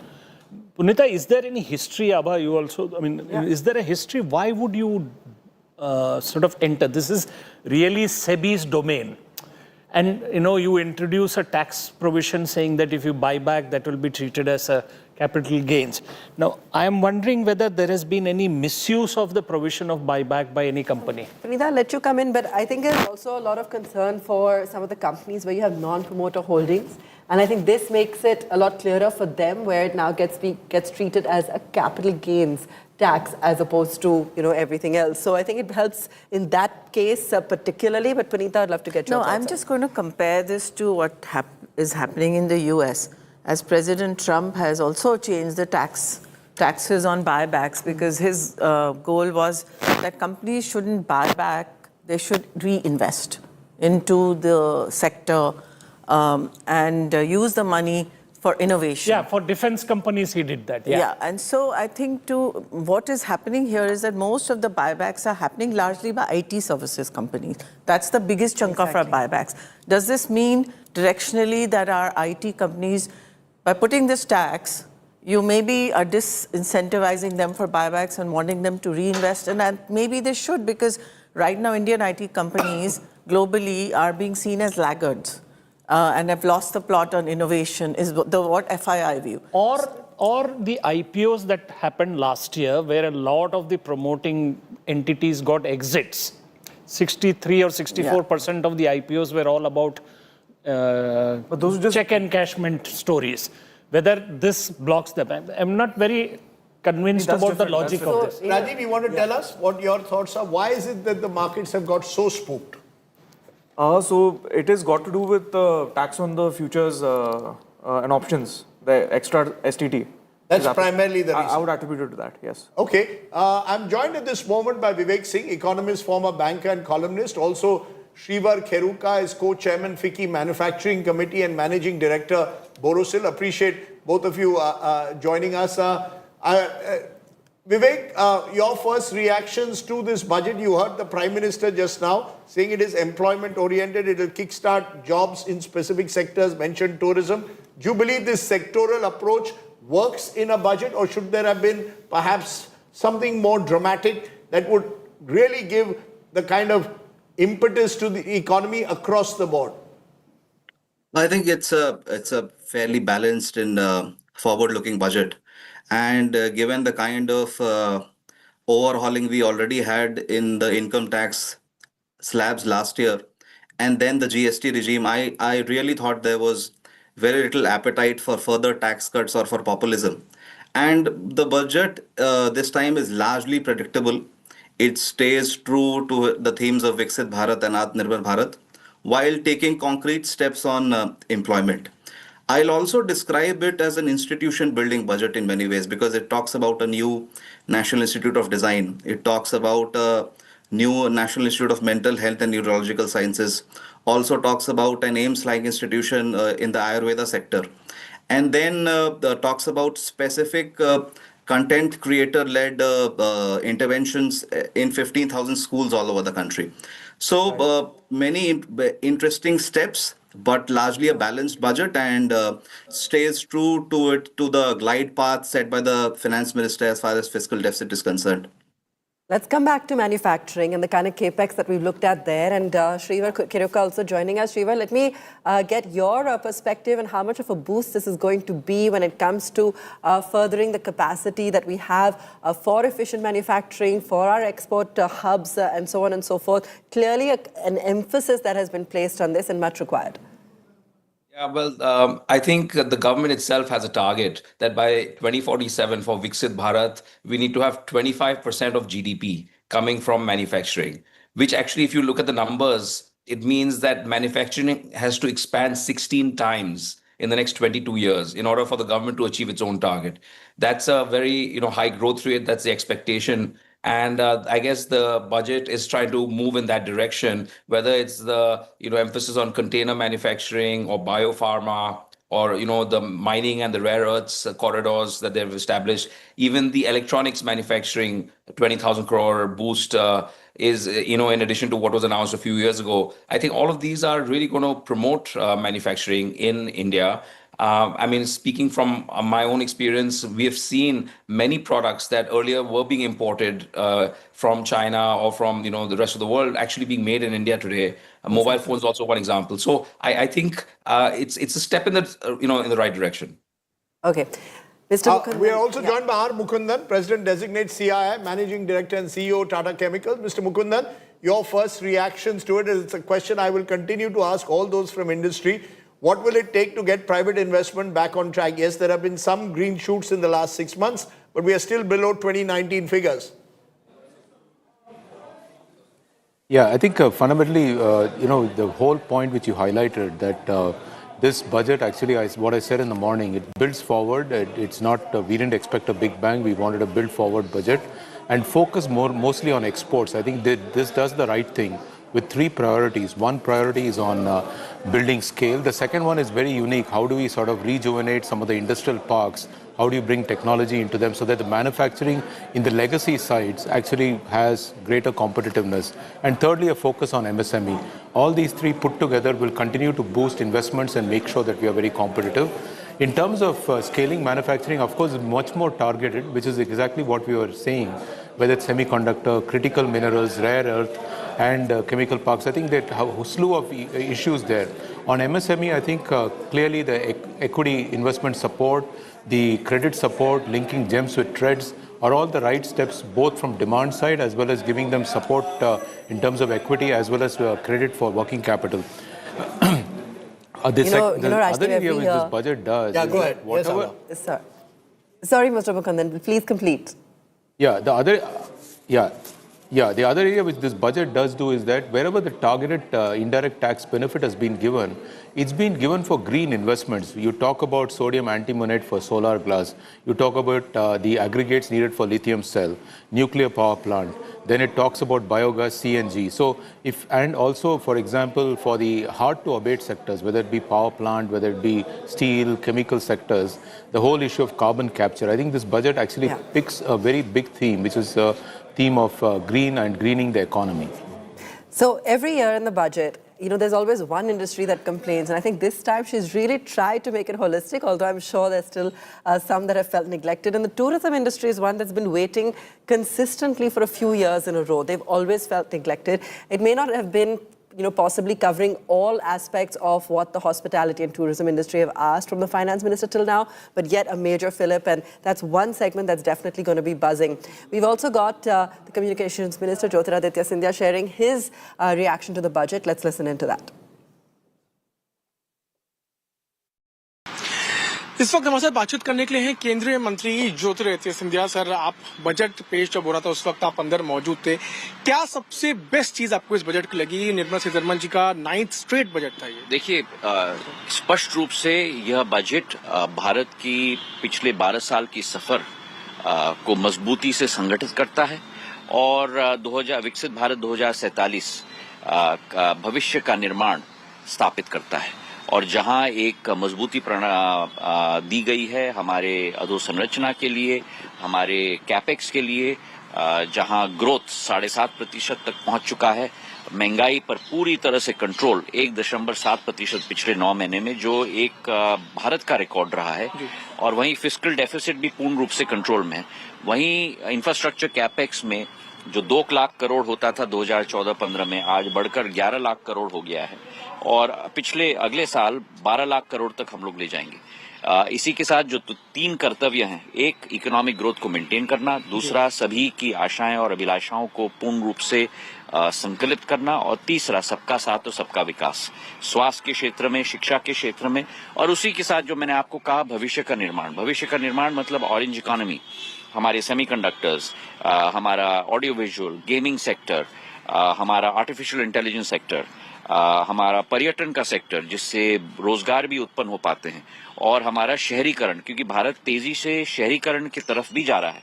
तो इन सब चीजों को रेखांकित करके एक बहुत ही मजबूत budget वित्त मंत्री जी ने पेश किया है, और तहे दिल से मैं उनको धन्यवाद देना चाहता हूं, क्योंकि टेलीकॉम सेक्टर में बजट में बहुत बढ़ोतरी हुई है और डोनर सेक्टर में भी बढ़ोतरी दी गई है। उन्होंने उत्तर पूर्वी क्षेत्र को रेखांकित किया है, जहां शहरीकरण में 4000 ई बसेस दी जा रही हैं, जहां 5 बुद्धिस्ट सर्किट्स दी जा रही हैं, जहां स्वास्थ्य के क्षेत्र में, शिक्षा के क्षेत्र में निवेश किया जा रहा है, इनलैंड लॉजिस्टिक्स का पूर्ण नक्शा बनाया जा रहा है, ताकि इन 8 राज्यों को, जो प्रधानमंत्री जी कहते हैं देश की अष्टलक्ष्मी है, भारत का ग्रोथ इंजन बना। कौन सी बात आपको लगती है जो बजट के अंदर है जो भारत को विकसित भारत बनने में मदद करेगी? भारत उस रास्ते पर निकल चुका है प्रधानमंत्री जी के नेतृत्व में। अगर आप देखें पिछले 12 वर्षों में जो विश्व की 10वीं सबसे बड़ी अर्थव्यवस्था थी, आज 4थी बड़ी अर्थव्यवस्था बन चुकी है। अगले साल तक 3री सबसे बड़ी अर्थव्यवस्था बन जाएगी, और प्रधानमंत्री जी और वित्त मंत्री जी भारत को भविष्य के लिए भी पोजीशन कर रहे हैं। जो भविष्य के क्षेत्र होंगे उनमें नेतृत्व भारत को करना होगा, चाहे वो एआई हो, चाहे वो सेमीकंडक्टर्स हो, चाहे वो ऑरेंज इकोनॉमी हो, चाहे वो पर्यटन हो, पूरे विश्व को भारत के प्रति हमको आकर्षित करना है। एक आखिरी प्रश्न मैं लूंगा, आप इसको भविष्य का बजट बता रहे हैं, आप इसको विकसित भारत का बजट बता रहे हैं, लेकिन कांग्रेस पार्टी विपक्ष के कई नेता वो कह रहे हैं कि इसमें कुछ भी नहीं है, 0% सन्नाटा है, कुछ भी नहीं किया। जो कांग्रेस पार्टी भारत को डेड इकोनॉमी कहती है जी, भारत पर लांछन लाने के लिए कोई अवसर छोड़ती नहीं। उस पार्टी के बारे में हम क्या चर्चा करें जिस पार्टी को देश की जनता ने ही त्याग कर दिया है। बहुत बहुत धन्यवाद जी, बहुत बहुत धन्यवाद। इस बात बोलते हुए ज्योतिरादित्य सिंधिया जो केंद्रीय मंत्री ने कहा कि ये बजट विकसित भारत का बजट है, भविष्य का बजट है, और इससे आगे आने वाले समय में इकोनॉमी को भी मदद मिलेगी। मेरे सहयोगी अंकित सिंह साथ में पीयूष मिश्रा, दिल्ली, आज तक। Interesting the jibe that Jyotiraditya Scindia had presumably on Rahul Gandhi. You would remember had echoed what an official in the US Trump administration, Peter Navarro, had said about a dead economy and saying that targeting the Congress party there.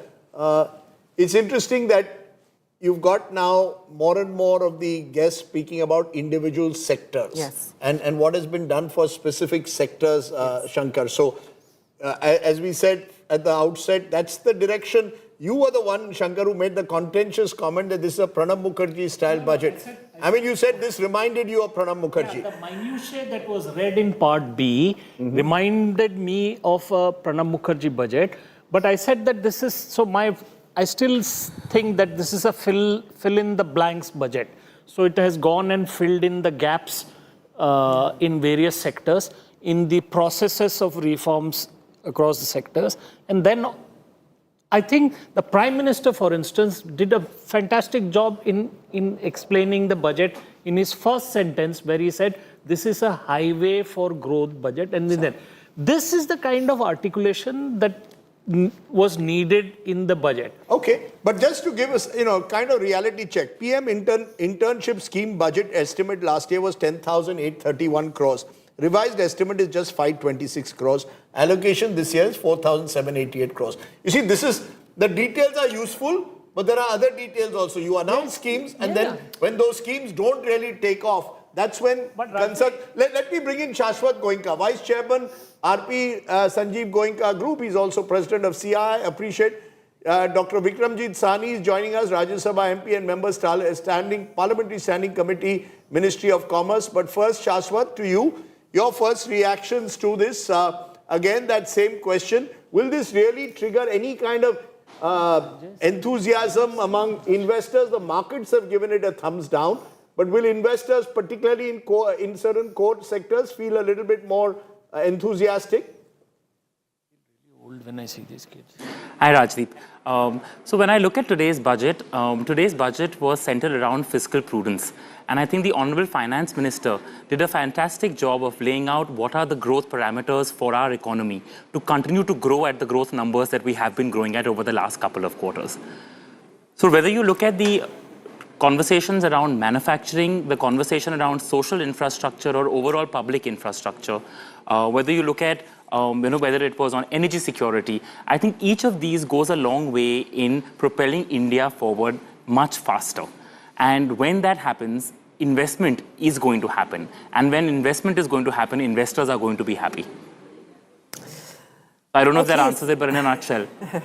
All right. No, it definitely indicates how the industry is looking at this. And I think the fact that you're positive on the investments coming in, that's a huge sign because... But let me be cynical. The industry always gives 11 on 10 on budget day and doesn't put its money where its mouth is. You see, Shashwat, that's my problem with all of you. Y'all come on budget day because you've got to make the finance minister feel, look good. Why don't you all put, the government has given so many incentives to industry over the last 5-6 years. You've just not walked the talk. Let's be very honest. But I completely agree. And Shashwat, do you think it will be different this time? And if so, why?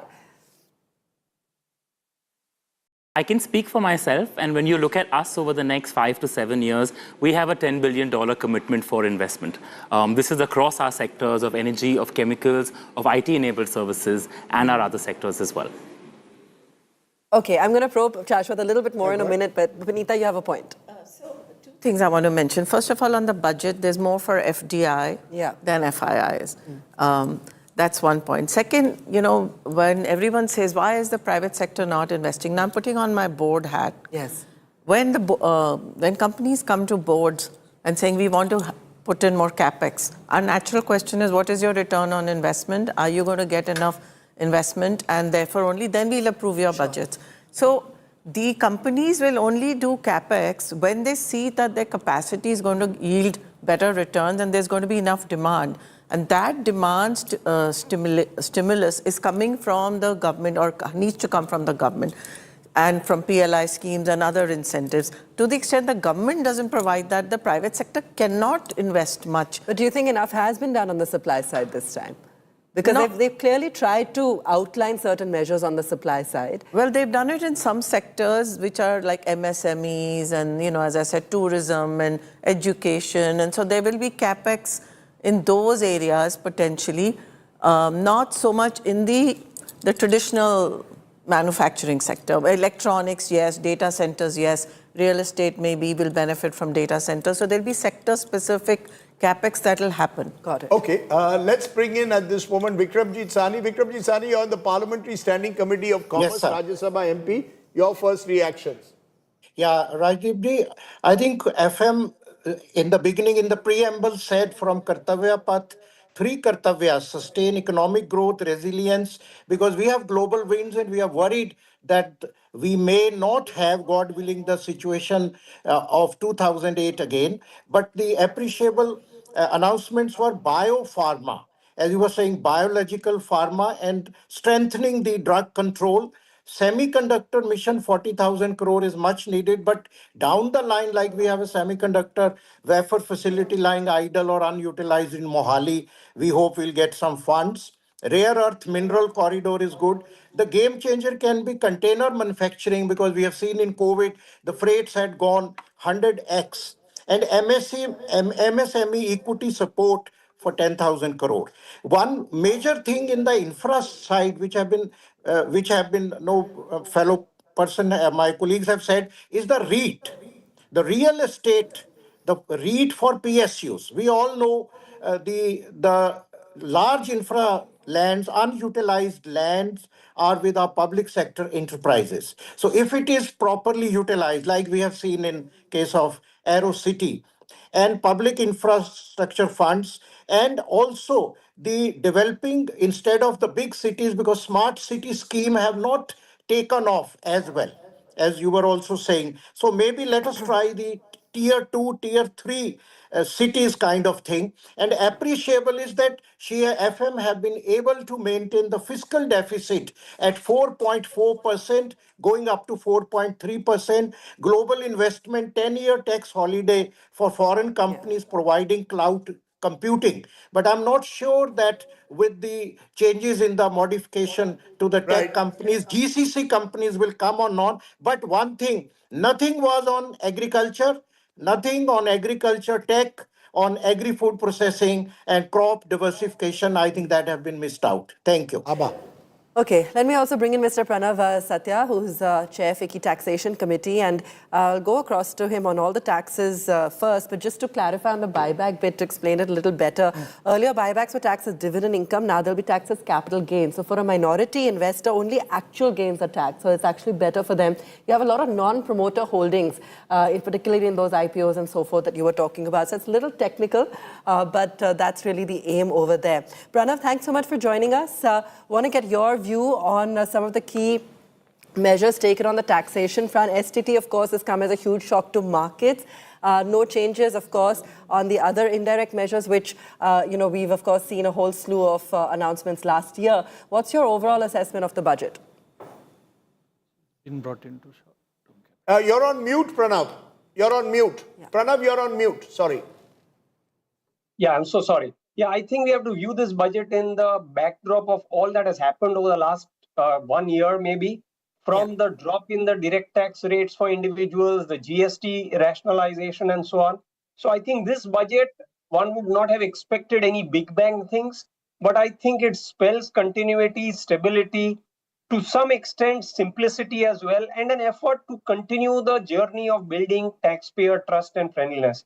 So, for example, if we talk of the way in which they have tried to expand the safe harbor network, I think especially for GCCs, there is a thrust in this budget on services as well, other than manufacturing, which continues. And therefore, we find that there's a lot of certainty, clarity. They are trying to merge IT services in all the GCCs, the contract R&D manufacturers, software development into one, significantly expanded the safe harbor threshold from 300 crores to 2,000 crores, significantly ensured that there will be a time-bound resolution of an advanced pricing agreement. So I think foreign direct investments, particularly in the IT services space and GCC space, I think would certainly be encouraged by these moves. Also, if we look at... Yeah, sorry. Yeah. Okay, sorry. We've just got Rahul Gandhi, the leader of the opposition's reaction. He says in a tweet, youth without jobs, falling manufacturing, investors pulling out capital, household savings plummeting, farmers in distress, looming global shocks, all ignored, a budget that refuses course correction, blind to India's real crises. Now, you could argue that's an extreme position that Rahul Gandhi has taken, but Shankar Iyer, when you look at some of, does the opposition have an alternative idea? The problem that the opposition seems to face, it's one thing to criticize the government and say that this budget isn't addressing the real issues. What could the government have done, or what should the opposition be really doing that would give a sense that maybe they have a better plan for the Indian economy? The British system has this shadow cabinet idea. That's right, which for some reason we don't want to do. And so I've written about this 2-3 times, that why don't you present your shadow budget? Even tomorrow, now that all the numbers are there, this is what we would have done with this money, and this is how we've done. Rahul Gandhi has one point. So we have seen sectoral initiatives in this budget. And probably agriculture, they could have looked at in opening it up, maybe modernizing it or whatever. There are some aspects, and some aspects are not there. So the budget looks at livestock, fisheries, coconuts, but I think somewhere... I want to argue here as well that I'm not sure they're looking at increasing savings. They're trying to increase spending from a market and economy standpoint. Right now, the whole emphasis is on consumers actually... But that is a very big problem, because the share of GDP to labor and the share of GDP to capital. The share of GDP to capital is expanding exponentially, whereas the share of growth or income to the labor, which is people who work, has gone down. And this is something that the corporate sector has to address. The opposition does give us occasionally a glimpse of their ideas in the state elections, right? They say what they want to do. In the Bihar election, somebody had said government job for every single household. So bizarre ideas are floated like that every now and then. I sometimes think we should separate election victories from the state of the economy. I think the economy deserves, a far more focus, ideally bipartisan. That's not possible, but there are questions that, need to be answered by the opposition in providing a blueprint for the union budget in future. It would be useful if, someone, and the opposition not short of fine economic minds, if you brought them together on a table and they gave us what their budget would be, it would be interesting. At least it would trigger a debate. The question that one could ask Rahul Gandhi and the Congress party is that what have Congress ruled states done on exactly those 7 or 8 points that they made? Good point. Good point. Okay, we've got a sponsored commitment. Yes. Okay, we've got a sponsored commitment to take a break. We'll be back in a moment. Abba's got plenty more on the other side. You're watching our special coverage.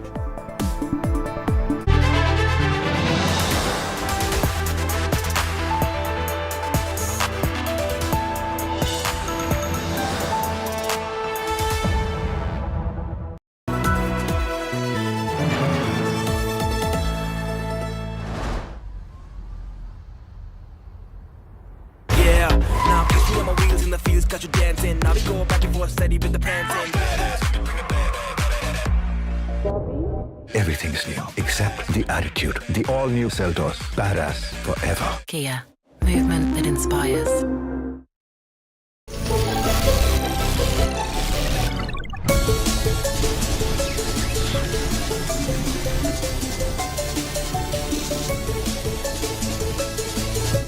Introducing Motorola's signature.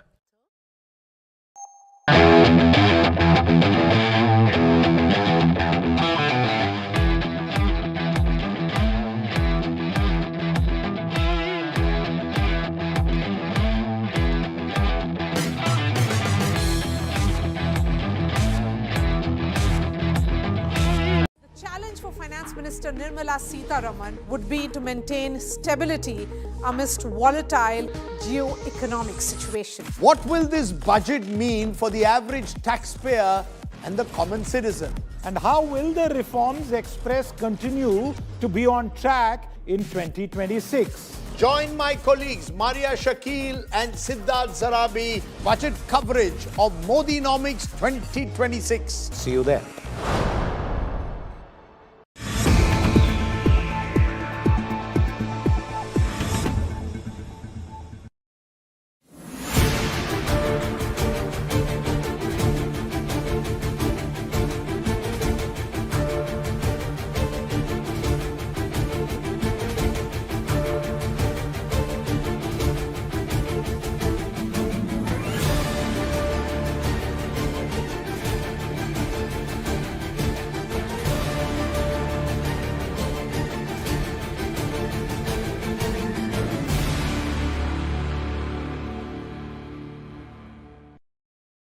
a renewed emphasis on the service sector to provide a pathway to fulfilling aspirations of a youthful India with the following measures.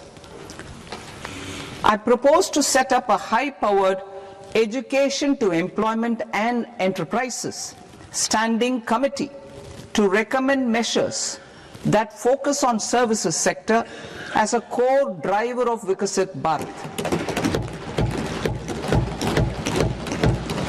This will make us a global leader in services with a 10% global share by 2047. The committee will prioritize areas to optimize the potential for growth, employment, and exports.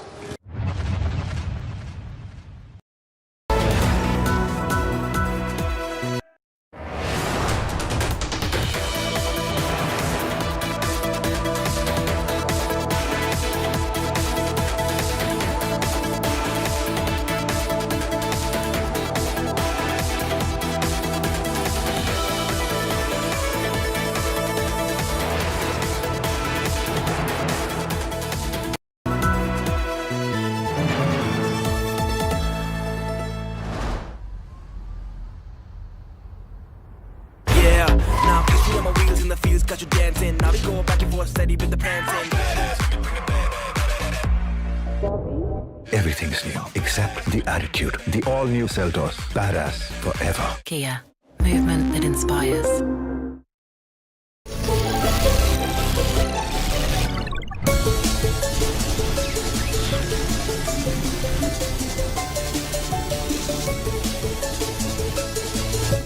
Introducing Motorola Signature.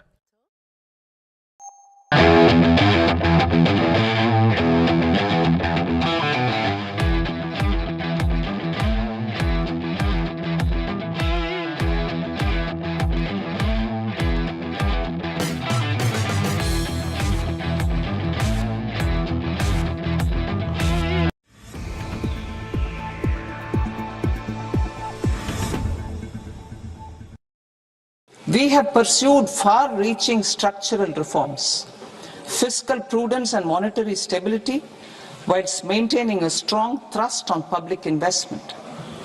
Keeping Atmanirbharta as a lodestar, we have built domestic manufacturing capacity, energy security, and reduced critical import dependencies. Simultaneously, we have ensured that citizens benefit from every action of the government, undertaking reforms to support employment generation, agricultural productivity, household purchasing power, and universal services to people. These measures have delivered a high growth rate of around 7% and helped us make substantial strides in poverty reduction and improvement in the lives of our people. Reform Express. Our government has undertaken comprehensive reforms towards creating employment, boosting productivity, and accelerating growth. After the Prime Minister's announcement on Independence Day in 2025, over 350 reforms have been rolled out. This includes GST simplification, notification of labor codes, and rationalization of mandatory quality control orders. High-level committees have been formed, and in parallel, the central government is working with the state governments on deregulation and reducing compliance requirements. The reform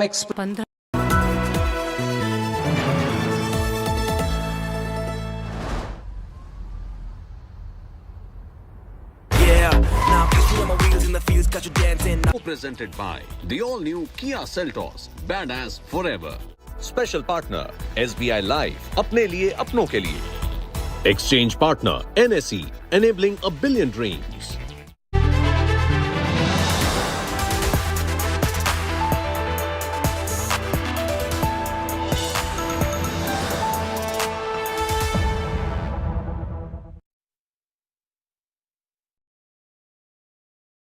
Decoding the budget speech for you, and in fact the Finance Minister will be briefing the media in a short while, giving us some key insights onto her decisions this time around in the budget. In the meanwhile, we've also got Mr. Anshuman Magazine joining us. Let's go across to him. Anshuman, thanks so much for being with us. Let me get your take on the budget and also some of those key moves with regards to, of course, data centers and so forth. We're already seeing an implication across the board on that front. Absolutely. First of all, the focus on infrastructure, as always, is important. And this time, there were some big announcements. I think one was, of course, revival of Tier 2, Tier 3 cities. If you look at India, the number of cities we have compared to China and others is still, one-third of what China would have, which means that, we can really improve our, cities and the infrastructure. Second is there was a risk fund for infrastructure developers, which will be incentive for developers to put money in infrastructure.